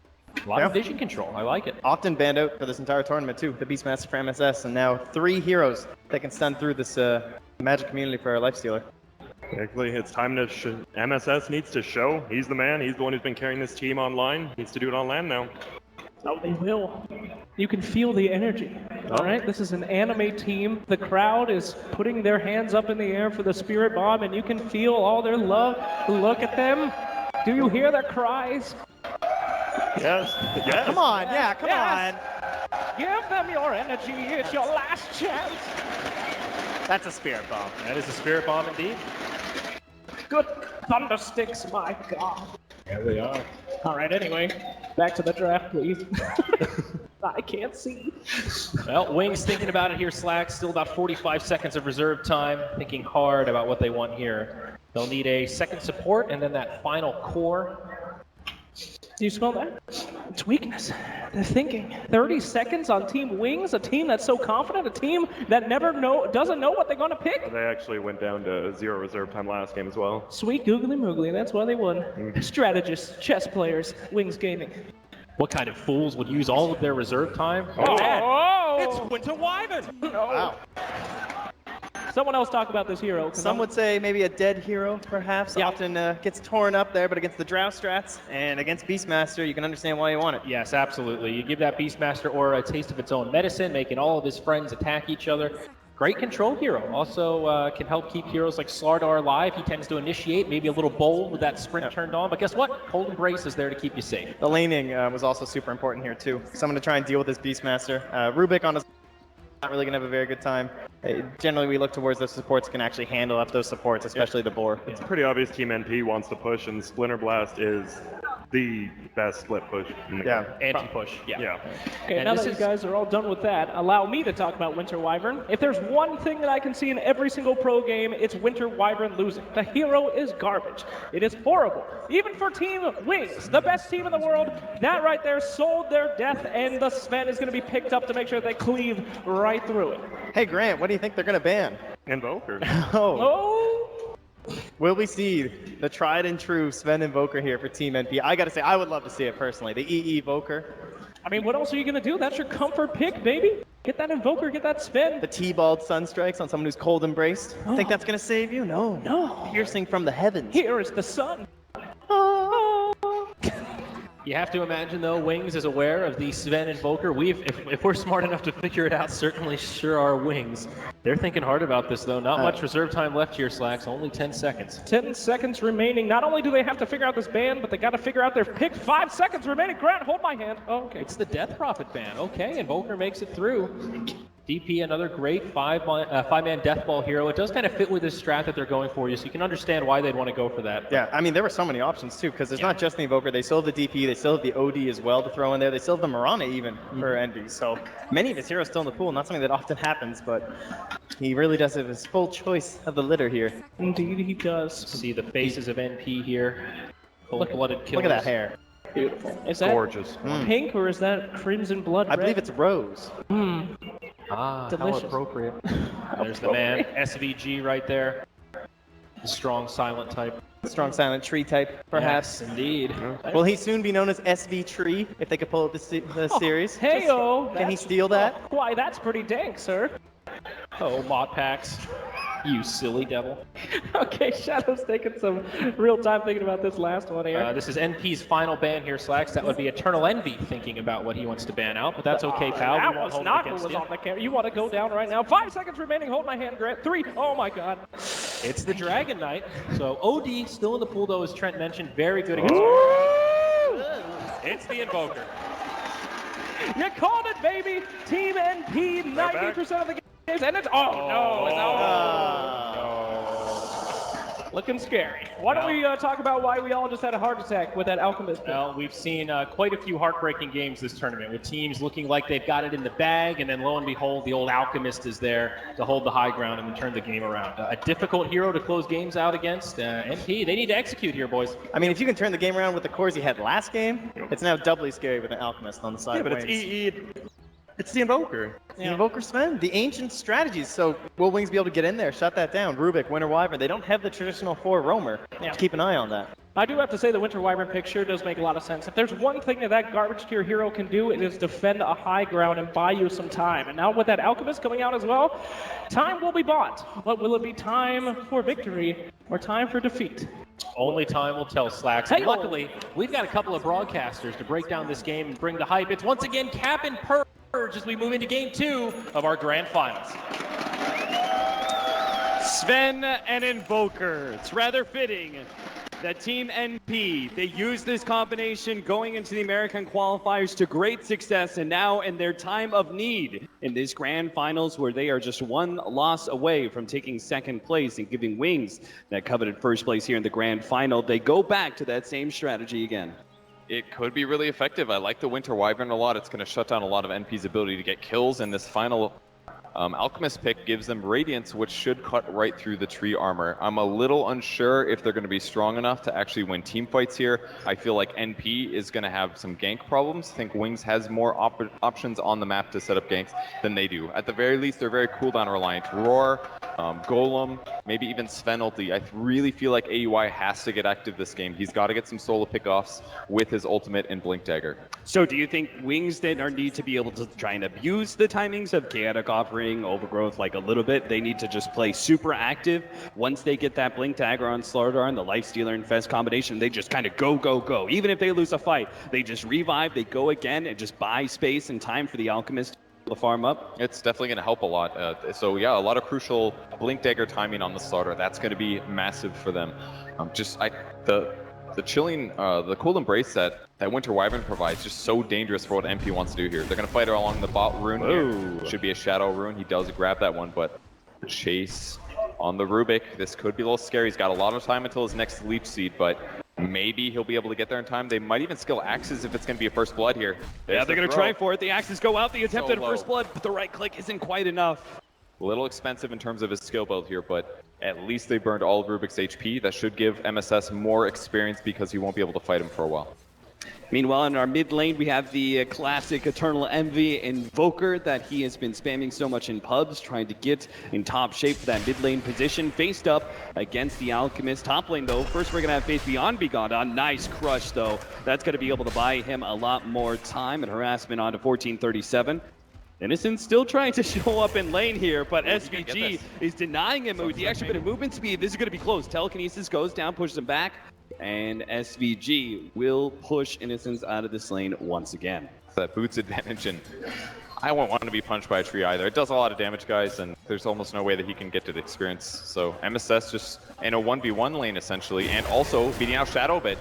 Yeah, you see those right clicks go to town. Shadow does not have a rage to be able to get this in. Oh, man. That was closer than I expected. 15 HP was all that was left between Shadow and giving up first blood to NP against their aggressive dual lane. Perfect lift timing on the Rubik. Stopped the last tree punch that would have guaranteed the kill. They're holding on, same as NP in the safe lane. Winter Wyvern plus StarLadder, pretty survivable, decently high damaging once they have cooldowns, but I feel like the Warlock and the Sven can absolutely stand up to this lane, whereas the Lifestealer's having a lot more trouble. Yeah, that Lifestealer, just because the Rubik and in general his ineffectiveness to be able to do anything about this dual lane, he just doesn't provide any damage, can't threaten those heroes, can't even really harass, as you pointed out, the boots advantage that the Train Protector has. So Lifestealer's just kind of left out on his own this 1v2, and the sustain doesn't seem to be quite enough. Ice is going to be forced into an early Arctic burn to get off that cliff, that precarious situation he was in. Again, we're going to see Innocence. SVG tossed back up onto the cliff, and Shadow left once again, as Innocence is going to be forced either back to base. I mean, does he even continue to show up in this lane? It seems rather ineffective for him, but then he's leaving a Lifestealer high and dry.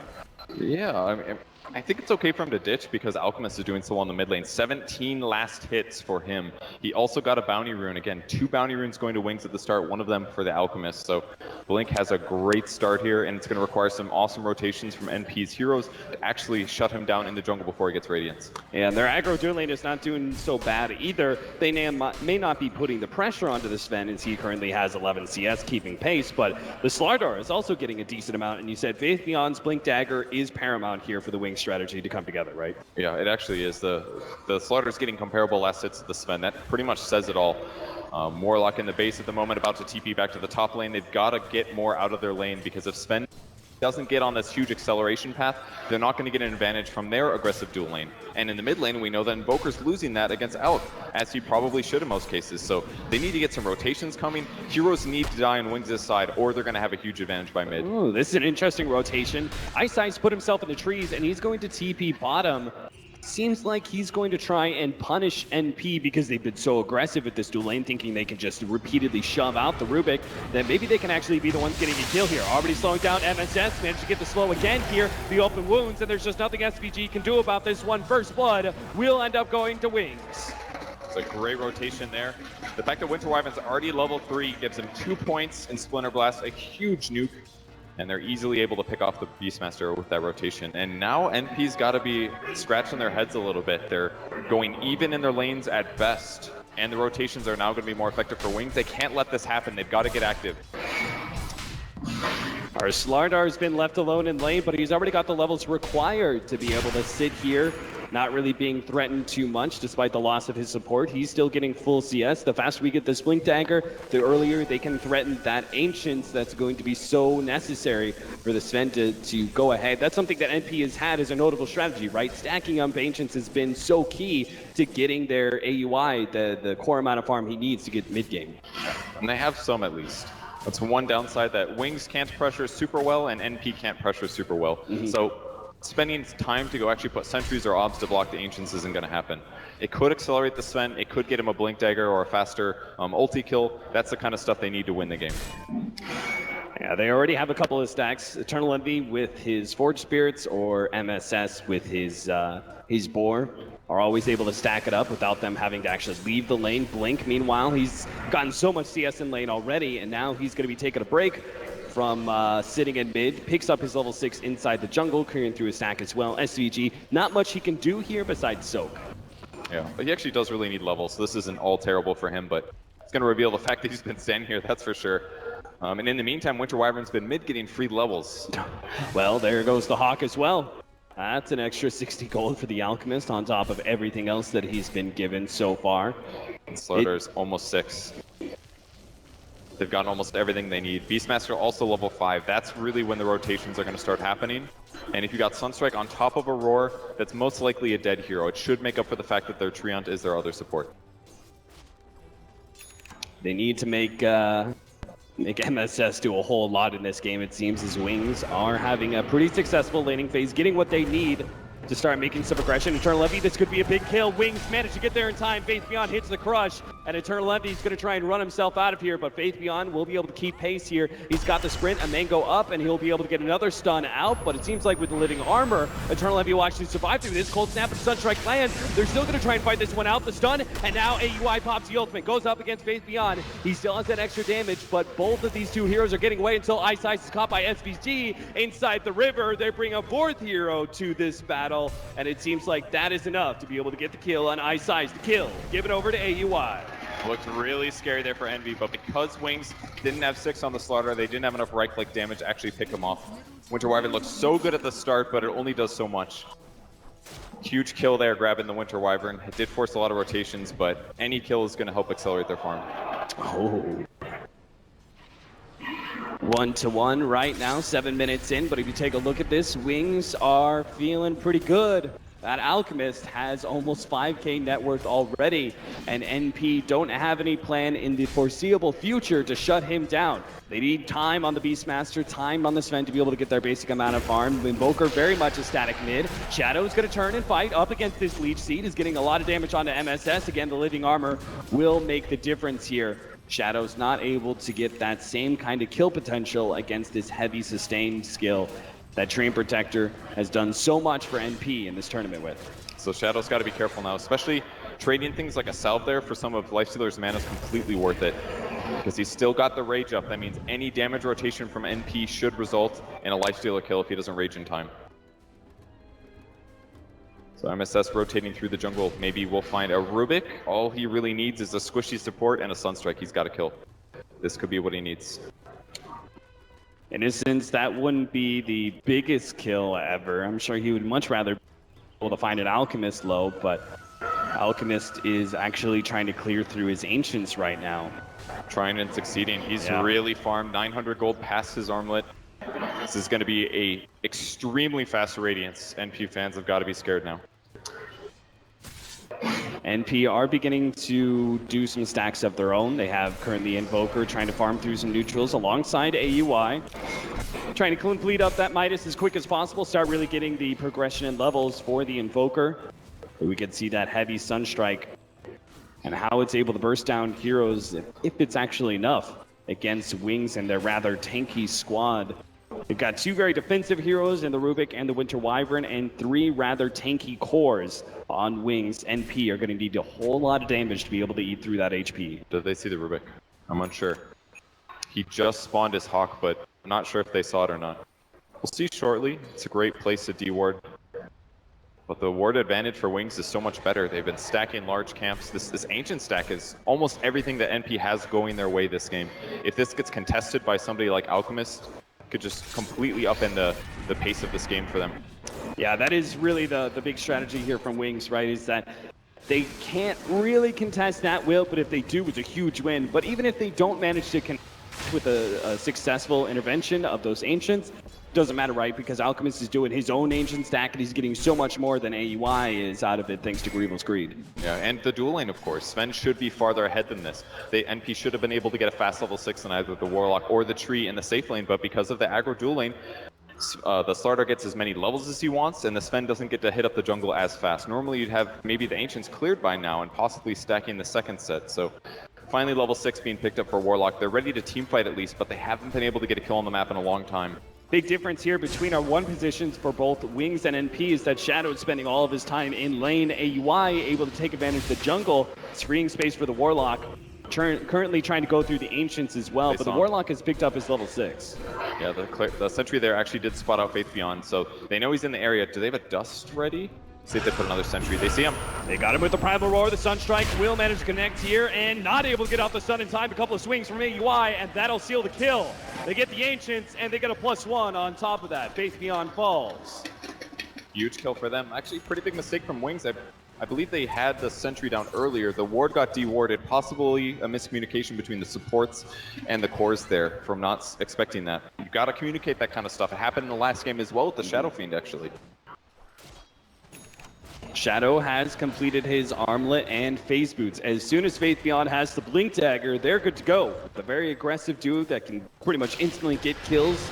Unless NP are in the right position, they're actually going to go on MSS here, trying to go for the TP out. Again, the Living Armor making the difference until the Winter's Curse will put a stop to that TP in the last second. Shadow no longer has a rage, but SVG can actually slow down, gets the Leech Teeth. Now with a Cold Snap, they're doing a lot. The ultimate gets shot by the Warlock, but it's not quite enough. Shadow is getting away with the rage, and a crush goes down from Faith Beyond, further preventing NP from moving forward.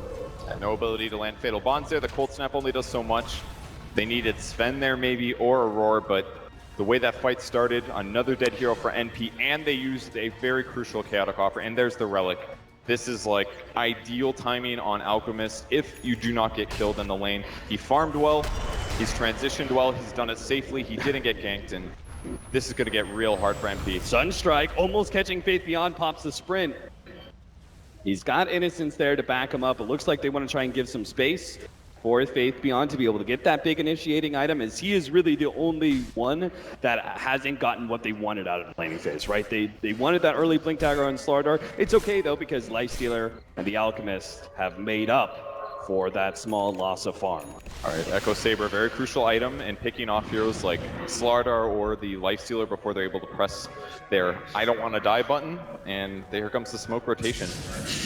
There's a chance that they try to take Roche with this, but much more likely they try to take a team fight. They're prepping up for mid here. They're going to wrap into that mid lane behind that tier 1 tower, see if they can catch the Alchemist while he's farming those neutrals.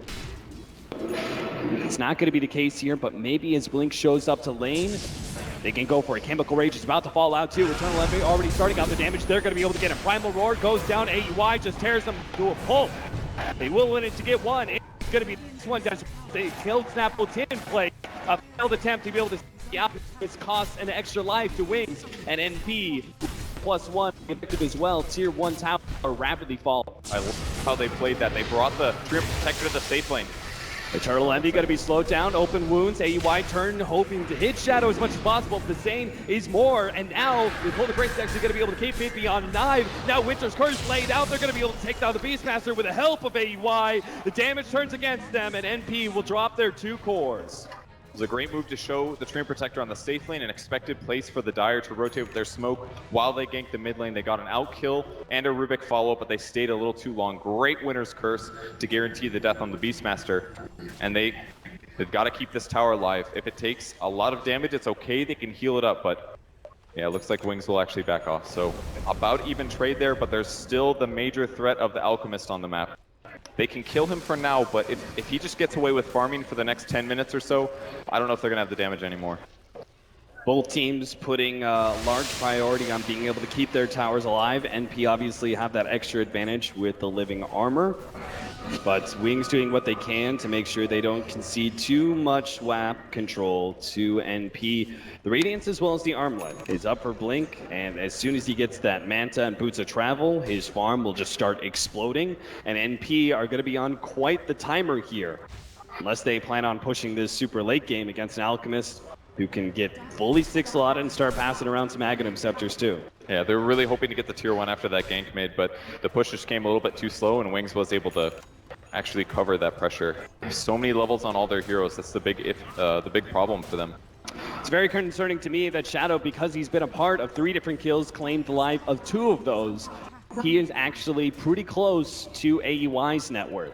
It's not just about the Alchemist. Alchemist will naturally be ahead, but the fact that a Lifestealer is pretty close to a Sven, who's naturally supposed to be ahead in net worth, is another concerning metric for NP. They did see Envy rotating up here with the StarLadder ultimate, so surely Envy knows this, and the smoke rotation comes around. This is so dangerous. He's going to pop his invis. They will throw out the dust. Eternal Envy's already got some distance away. He's going to have to turn and fight. It looks like he might be able to pick up the 1 kill on Ice, but he doesn't have the magic damage to finish him off. That hold will be enough. They're going to be able to take down Envy. It will not lose his support in exchange. Well, they do get the bot racks at least. If you use Quas Vice Invoker, maybe that works, but on Exort, Quas is just difficult to survive. And because Ice is still alive, he's actually going to be able to help defend against this push from NP in the bottom lane.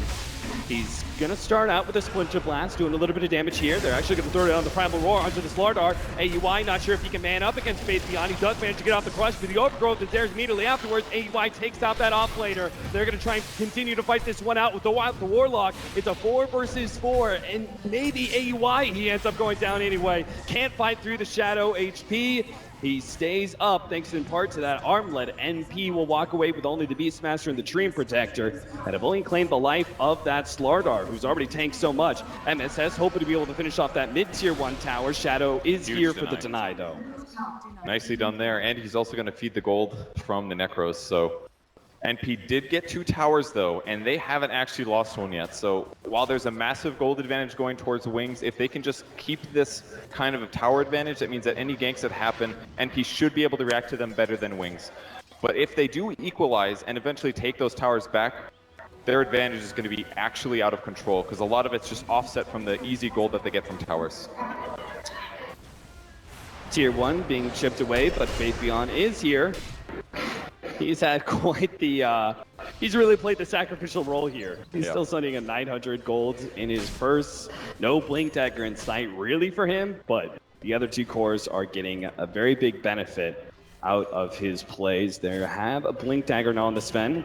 This is going to be the first step for NP to start trying to wrestle gank control away from Wings. You can see Wings are trying to make this very odd gank happen. A Lifestealer infested inside a Rubik. I'm sure this is something that NP are not anticipating with this Ghost Walk steal. I'm not anticipating it working either. Like, they've got a lot of time left on the Ghost Walk, but his ability to find heroes is so low because of the low movement speed. And he is nowhere near anybody. In fact, it's going to be the Winter Wyvern in close encounters with NP. He goes down to the gank, and now they may actually be able to get more. Primal Roar laid out, plus gold. That's going to be able to drop onto 3. They can almost finish this one up. StarLadder in the back line, taken out by MSS, and Shadow even is going to go down. NP pick up a big team fight for Wings, trying to defend a simple Winter Wyvern. And the fight turns so badly for them. A 3,500 gold turn. Massive, as NP take a big win. Massive swing there. The tree ulti was perfect time, especially because the Lifestealer happened to pop out at the same moment. It limited his ability to kill Sven, and Sven got to do whatever the hell he wanted. They're going to take the tower. They're actually going for it. They might just get Blink as well. What the hell? Blink is almost dead. He managed to get the Cold Embrace out for the Winter Wyvern. That'll keep him alive for now. Eternal Envy and the rest of his crew back up. They sink to tier 3 tower, but he still gets it. No! Oh no, the unstable concoction finishes him up, and now they're going to move forward. They know Blink's dead. They're going to force a buyback. They might still get the racks as well. Faith Beyond comes in, 2-man crush. Then to get a lucky bash onto AUI, but AUI turns to the range racks instead. Blink is pushing himself forward, looking for the extra kill. They know AUI is dead. They want more. Blink has an unstable concoction up here in a second. He has vision of MSS, but he's going to go for the Dream Protector instead with the Radiance Bird. MSS is the next target, but with that ice wall laid in place, it looks like they're going to have to play the long route around, and they won't be able to catch up to him. NP, though, holy cow, they just went from being like relatively scared of this Alchemist, and all of a sudden, boom, they win a fight bottom, they take a tier 2, Alchemist suicides, and they can get a tier 3, a range racks before the 20-minute marker. Just an amazingly timed mistake there for Blink suiciding. Guarantees the range barracks. There's a lot of gold stored up in those buildings, and that's why we saw these big item pickups from NP. A 1 team fight and buildings afterwards, and the overall map pressure that's always going to happen. It's a big advantage for them. Midas on Warlock as well, more levels, possible utility items as well. NP's really happy right now. This game is stabilized. Yeah, that was the thing about NP's lineup, right? It was a little bit slow to come online with Beastmaster, Sven, and Invoker all on the same team, but now that they're actually here, They're going to start being really effective. They've got that Necronomicon 3 up on the Beastmaster, so they can very quickly do Roshan with the help of Alacrity and all the physical damage that AEY brings to the table. Yeah, and it doesn't even cost them a Sven ult, so even after they take this, the only cooldown that they're going to have is Necro 3. Definitely a great tool to have. Great for getting backline kills, but actually gap closing, it's a little hard for MSS right now, so absolutely worth it. They pop the smoke. If they can get a pick off or two, this could be the end of the bot racks.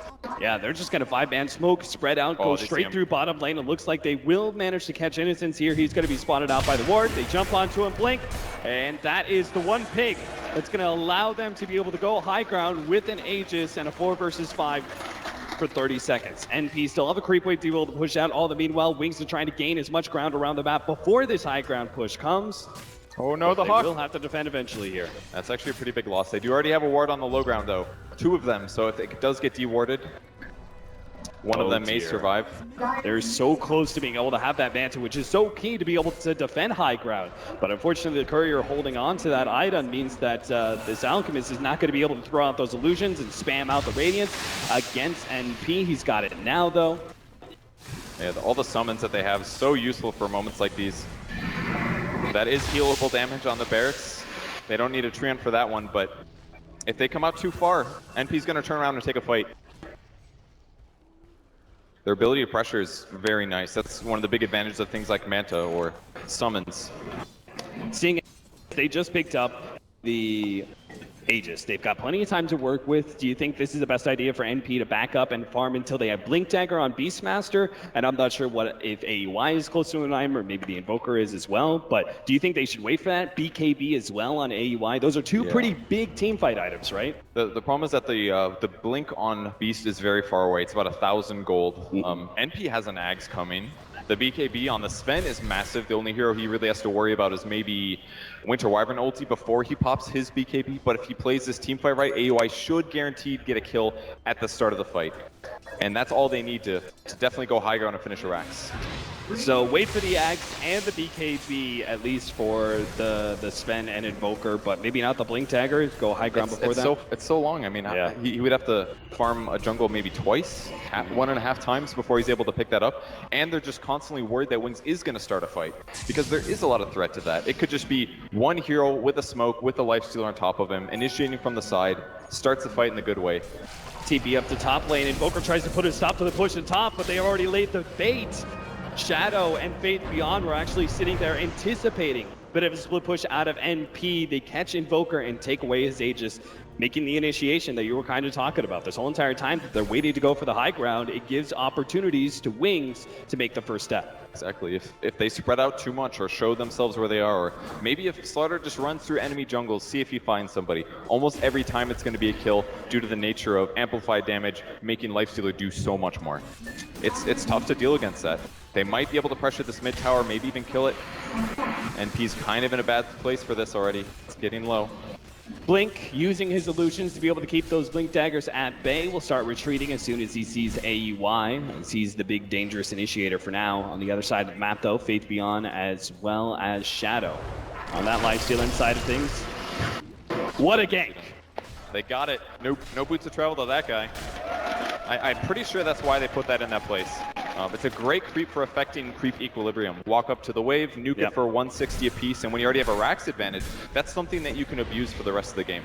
Yeah, NP are just looking to be able to control the map, right, while they finish up these last couple items, because they're always having to deal with this Alchemist split push. As you can see, Wings have given up quite the net worth lead thanks to that the couple of arrangements at bottom lane. 50 gold, man. Yeah, 50 gold is all the difference, despite Wings having an Alchemist on their team. He is trying to finish up that Octarine. Will start speeding up through the illusion spam push out, that Naga-esque kind of split push that Alchemist is well known for. So it's going to get harder and harder for NP to be able to push high ground without losing objectives in the other lanes if they stall too much. But it looks like they're trying to set up for a tier 2 push for now. And it also gives them a lot of survivability through lifesteal, but the problem is that if Fatal Bonds is landed well, all the damage that they put on Alk that he heals through is going to be spread across his team. So a proper Fatal Bonds could change this fight in a big way. They've got to be careful with their positioning. They can't get caught out of position. They can't let NP initiate first, and the same thing goes for Wings. Wings has got to be, or NP has to be worried about Wings initiating. Yeah, you've got to get that StarLadder. It's absolutely necessary for Wings to be able to get the StarLadder Lifestealer, make the first step on the initiation, make it a 4 versus 5. That way they don't get so heavily turned around on with that Fatal Bonds and that Warlock ultimate comes out. Now they're actually finding SVG. That's going to be a free one there. NP have already backed up those simple pickoff. Not much else. It's a pretty big loss for MP for now. That's going to give Wings confidence to move across the map. Split pushing will happen on the bot lane. I don't believe they lost a gem there at least, but already set up Observer and Sentry gives them that easy pick. It's a little dangerous. They didn't necessarily know for sure where NP was with their cores, but as long as one of them showed somewhere else on the map, they gave them the safety to know that that's a dead tree. Yeah. See if Wings can actually take an objective. As I say that, Train Protector's already come back up in 5 seconds. That's been the one thing. Alchemist, with this split push, would usually be able to take a tower by now, but all they've got is that safe lane tower at the top lane, just like last time around. Yeah, Wings didn't have a tower for so long, and it's because of that living armor. NP showing what the Train Protector can really do in this meta. Yeah. I dare say they perfected it in a lot of ways. They're looking for the MSS kill. He's got to roar this. And to get the damage. Oh my god, the push! It put Shadow up onto the cliff, and he doesn't have a way out of this one. Face Beyond is dead, and they're going to throw the Golem right on top of Shadow's Sunstrike Lance as well. He's getting and fight up against the Golem, but they have the vision to be able to beat him down from the low ground. Shadow's just stuck there without the rage, and he will end up going down. MSS, the perfect timing to throw that Primal Roar right as the Lifestealer pops out. Gets a rather fortunate push to the high ground that nets them 2 big-time kills. Sometimes things just go your way like that. That's anime, man. That is absolutely what is powering NP right now. They're going to go for the push to the bottom ground. They're looking for that melee Rax. Lifestealer's dead for 37. No buyback there. Can they kill Blink? Whoa, Invoker. A little bit far forward here. Alchemist will get a decent amount of damage on him, bringing down to half. And this will stall the push a bit from NP, but they do have a really good sustain. They've got Living Armor, a little bit of Leech Seed heal, and even just eternally Envy himself going to Quas can heal himself back up to full in just mere seconds, but it seems like that's enough. They won't be able to go for that melee Rax while the Lifestealer's down, and everything sort of resets. Yeah, Envy was not expecting that to be a real hero. That's why he took so much damage when the Manta came out. So they lose that opportunity to take a barracks, but the fact that they killed the offlane hero and the hard carry for that long is an amazing grab. Could have been a huge difference. What if he comes out the other side when he jumps out of the Infest and is pushed into the river? That would have only been 1 kill max, but yeah, amazing pickup. It cost him the Inferno Golem at least, but that was needed just in case he started his TP once clipped. So safe play from NP to grab that. NP trying to set up a gank, but I think they know that it's a little bit too much of a risk. Who knows how many heroes are sitting behind that Alchemist, so they start backing away. They back up to the rest of the allies, going to smoke and try and find the initiation here, but this is a tough tower to be able to defend. Wings have plenty of area to be able to work around behind that Alchemist, which is why NP are going to try and wrap around and catch the team from behind. If they can get a clutch, quick kill on the initiator, maybe they can even blow up Faith Beyond and force the Lifestealer to go on without a vehicle. This is so dangerous for both teams. Mostly NP though, if they don't collapse at the perfect moment, them being behind isn't going to be an advantage. Alchemist pushing forward, but the initiation's about to come in from behind. They're going to go straight for Ice Ice. They're going to take away that big tanky support. He's already down. They're going to look for Blink next. Pop the BKB. He's already thrown out the unstable concoction. The Warlock said yes, but it looks like AY can easily win this man fight up against Blink. The sun goes down just in time. Blink buys time to be able to get away, but a tornado catches him just on the tail end of it. They surround Blink. They will bring him down. Stable concoction just doesn't seem to be enough. He can't get anyway. The armlet toggles enough, but he will end up going down. Shadow will at least get a turnaround kill. He's managed to get this fed. He's going to get the Invoker as well. Faith Beyond has already found 2. Can he find a third? MSS gets away with the TP, and SVG is hiding in the trees. Somehow, NP did not manage to win that fight. It started off so great. They got the Winter Wyvern instantly, but at the same time, Wings found the initiation on the Warlock. Yeah, and not just the Winter Wyvern, it was Winter Wyvern and the Rubik, the 2 heroes that have the best disable on the team. But the amount of time it took for them to actually kill the Alchemist made that prohibitive. Because on the backline, they needed Warlock to maybe have upheaval for disable or Fatal Bonds to spread the damage. And Lifestealer's hitting so hard right now that once Sven has amped damage on him and he doesn't have his AC yet, he just got chewed through. And that's why they lost that fight. Yeah, they were trying to build some counters to that amp damage. You can see SVG is trying to build up a Lotus Orb, and if they actually get that, that'll be a great way to deal with the amplified damage, but it seems like NP have been stalled up, and it's now Wings who are going to be making the big item progression. They have now the AC up on the Shadow. That is only going to boost his damage that much further. Shiva's up on Blink, so he's able to tank through the Sven's. Like, they're so dependent on being able to burst through that Alchemist thanks to AUI's physical damage, but that Shiva's will really limit things. Yeah, it really will, and the lifesteal and the Manta to remove things, and it's very difficult. Even with the Invoker disables there, they're really lacking on damage right now. It's going to take AUI winning some team fights, and ideally for him not dying. That's the only way he's likely to get ahead of net worth from the lifestealer and the Alch. And we haven't even talked about the Winter Wyvern, the way he can interrupt things, right? Cold Embrace against Sven is so good, and he's got the Winter's Curse as well to be able to kind of disengage, allow the Alchemist to be able to get away from things, might even kill a hero off of that. So that's why NP need to be able to find that initiation on the back lines first. MSS, he's going to be the one pushing out bottom while the rest of his team is sitting around that Roshan pit, but Wings are claiming objectives. They're going to get the tier 2, and they're going to force NP back by going high ground with the Illusions up at the top lane. It seems like NP, though, very happy with this exchange. Yeah, they're going to have to TP all the way back. They know Alchemist can't get to the Roche pit. Very easy Aegis for them, and much needed after that last fight. Basically perfect initiation with the exception of their backline getting blown up, and they still lost the fight, so Aegis could really help that out, especially if you're trading something like Sven Aegis for some big ultimate initiations from Wings. Oh, it's actually on Invoker, excuse me. Definitely the easier to kill hero. Doesn't have as much armor. If they do jump on him, he can die instantly. There are many ways that they can just leave the Sven for last in a team fight, right? So he's the big tanky hero. He's even going to have an AC in not too long. It's a gem pickup on Warlock, so NP very likely to control the map now. It's a big ward on the cliff. That one's kind of hard to spot. That would certainly help out. Because this division, you're going to see the power of it right here. Faith Beyond sees the opening. They're going to be able to instantly take out the Warlock. Wings are in pretty deep, though. And they have a few heroes around. They're going to be able to join the rest of the team in the mid lane. NP will not try and strike back here. Instead, they're going to go for the split push and see if the Wings team is going to try and push into mid. Midas is off cooldown. Grant is upset right now. Okay, use it. We're good. All right, they didn't lose the gem, though. Warlock's dead for 30. They've got to slow this down, but it's hard. Living Armor did so much to be able to stop early pushes, but now Wings can rip apart a tower in just seconds. NP need to be able to find a way to hold, or else without the Warlock, or else they're going to be losing in the melee racks, and it looks like they're deciding it's not worth the attempt at a fight right now. Cold Snap actually slows up the Unstable Concoction for a moment. AUI jumps in, but he's just going to be focusing down some of the creeps and the illusions, knowing the Alchemist is too far away.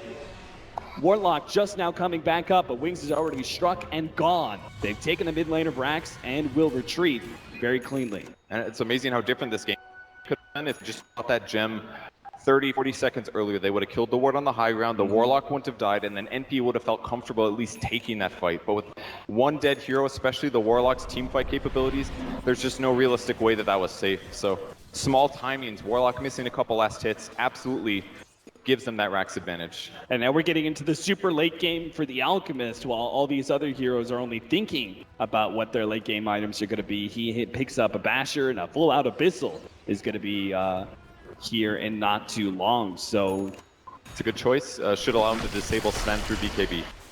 And that's the hero. That's most of the damage for NP this game, as great as Invoker is. Invoker, pretty necessary. Lincoln's going to be picked up by him as we have the Blink Dagger on Ice. They Ice smoked means under a that, ward. They know. They know. That's rough. IUI. You see the ward now, but it's a bit too late. They may still try to get a kill with this, though. We'll see. Oh, it's actually going to be Wings pushing forward. They pop the Shivas just for a bit of extra vision. They will manage to find SVG inside the river. And NP, you can see already, AUI starts backing up. He takes a small second hit on those Ancients. He wants the rest of this farm. Doesn't look like Wings will be there to punish him. He's in a good farm position. The AC will help a lot against the Lifestealer. I don't know if it will be enough against Alk, though. That guy's really tanky right now. Yeah, and he's the two of them, the Lifestealer and the Alchemist, are dishing out so much damage to everyone else on the team that even if the Sven can survive through some direct focus from these two cores, the other heroes are not, and that's what Wings have been doing, right? They've been kind of focusing the back line as much as possible. And he's in Ag's territory as well. 1,000 GPM right now on him as an Alchemist. Just amazing performance, just about maxed out. I guess you go Rubik first, Lifestealer, maybe Winter Wyvern. I haven't seen a serious Winter Wyvern Ags before, but this might be the game. He's so farmed.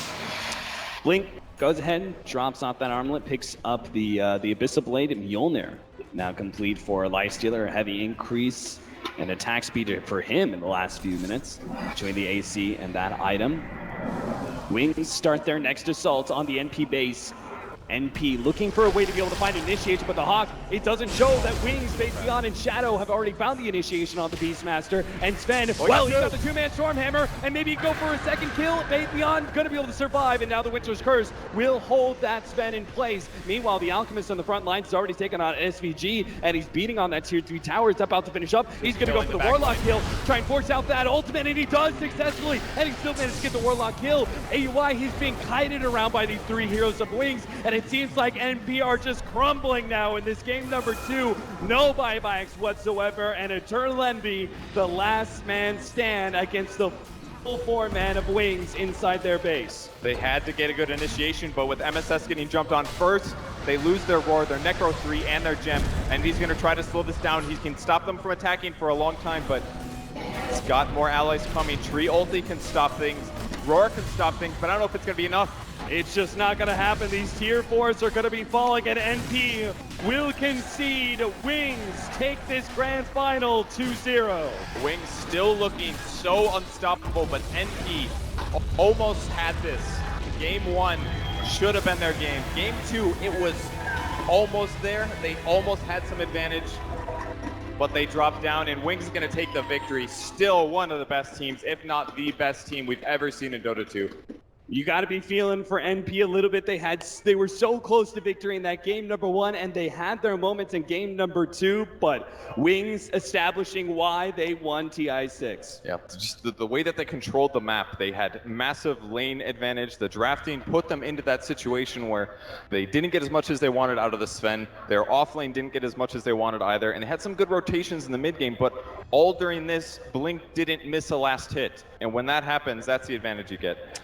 All right, well, congratulations to Wings taking this grand finals, being the good sports, going over there, giving some love to NP, and so does our crowd to these 2 teams making it this far in this tournament.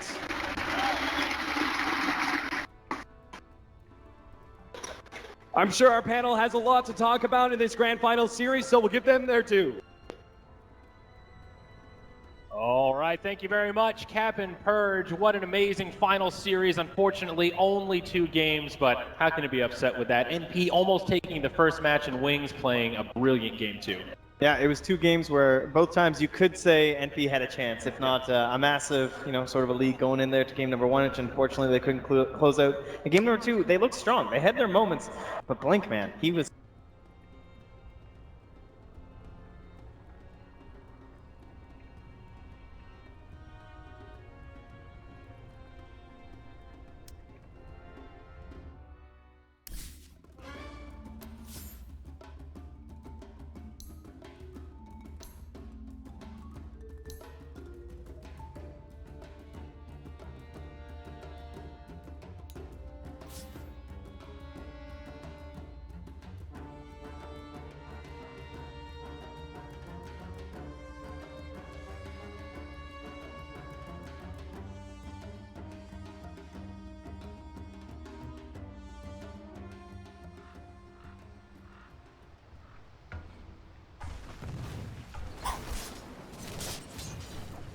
Radiant's top tower is under attack.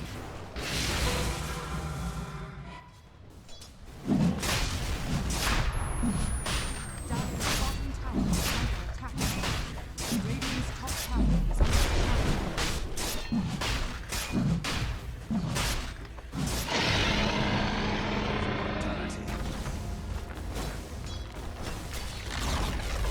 Radiant's top tower has fallen.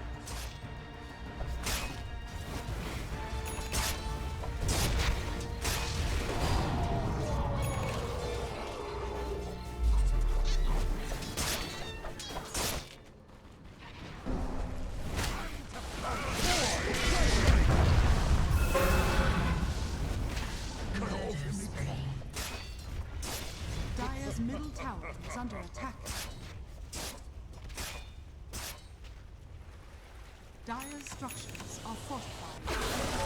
Fix myself.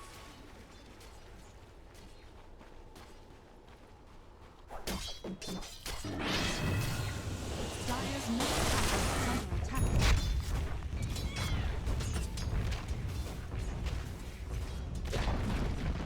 Dire's middle tower has fallen. Radiant's bottom tower is under attack.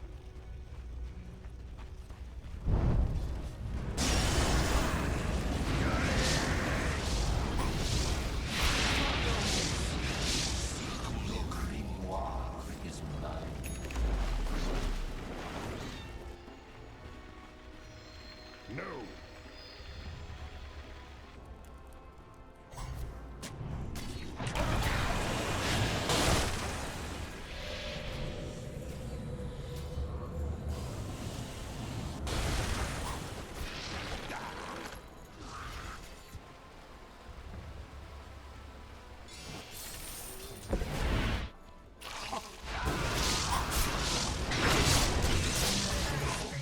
Double kill.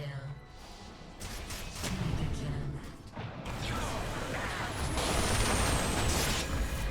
Dire's top tower is under attack.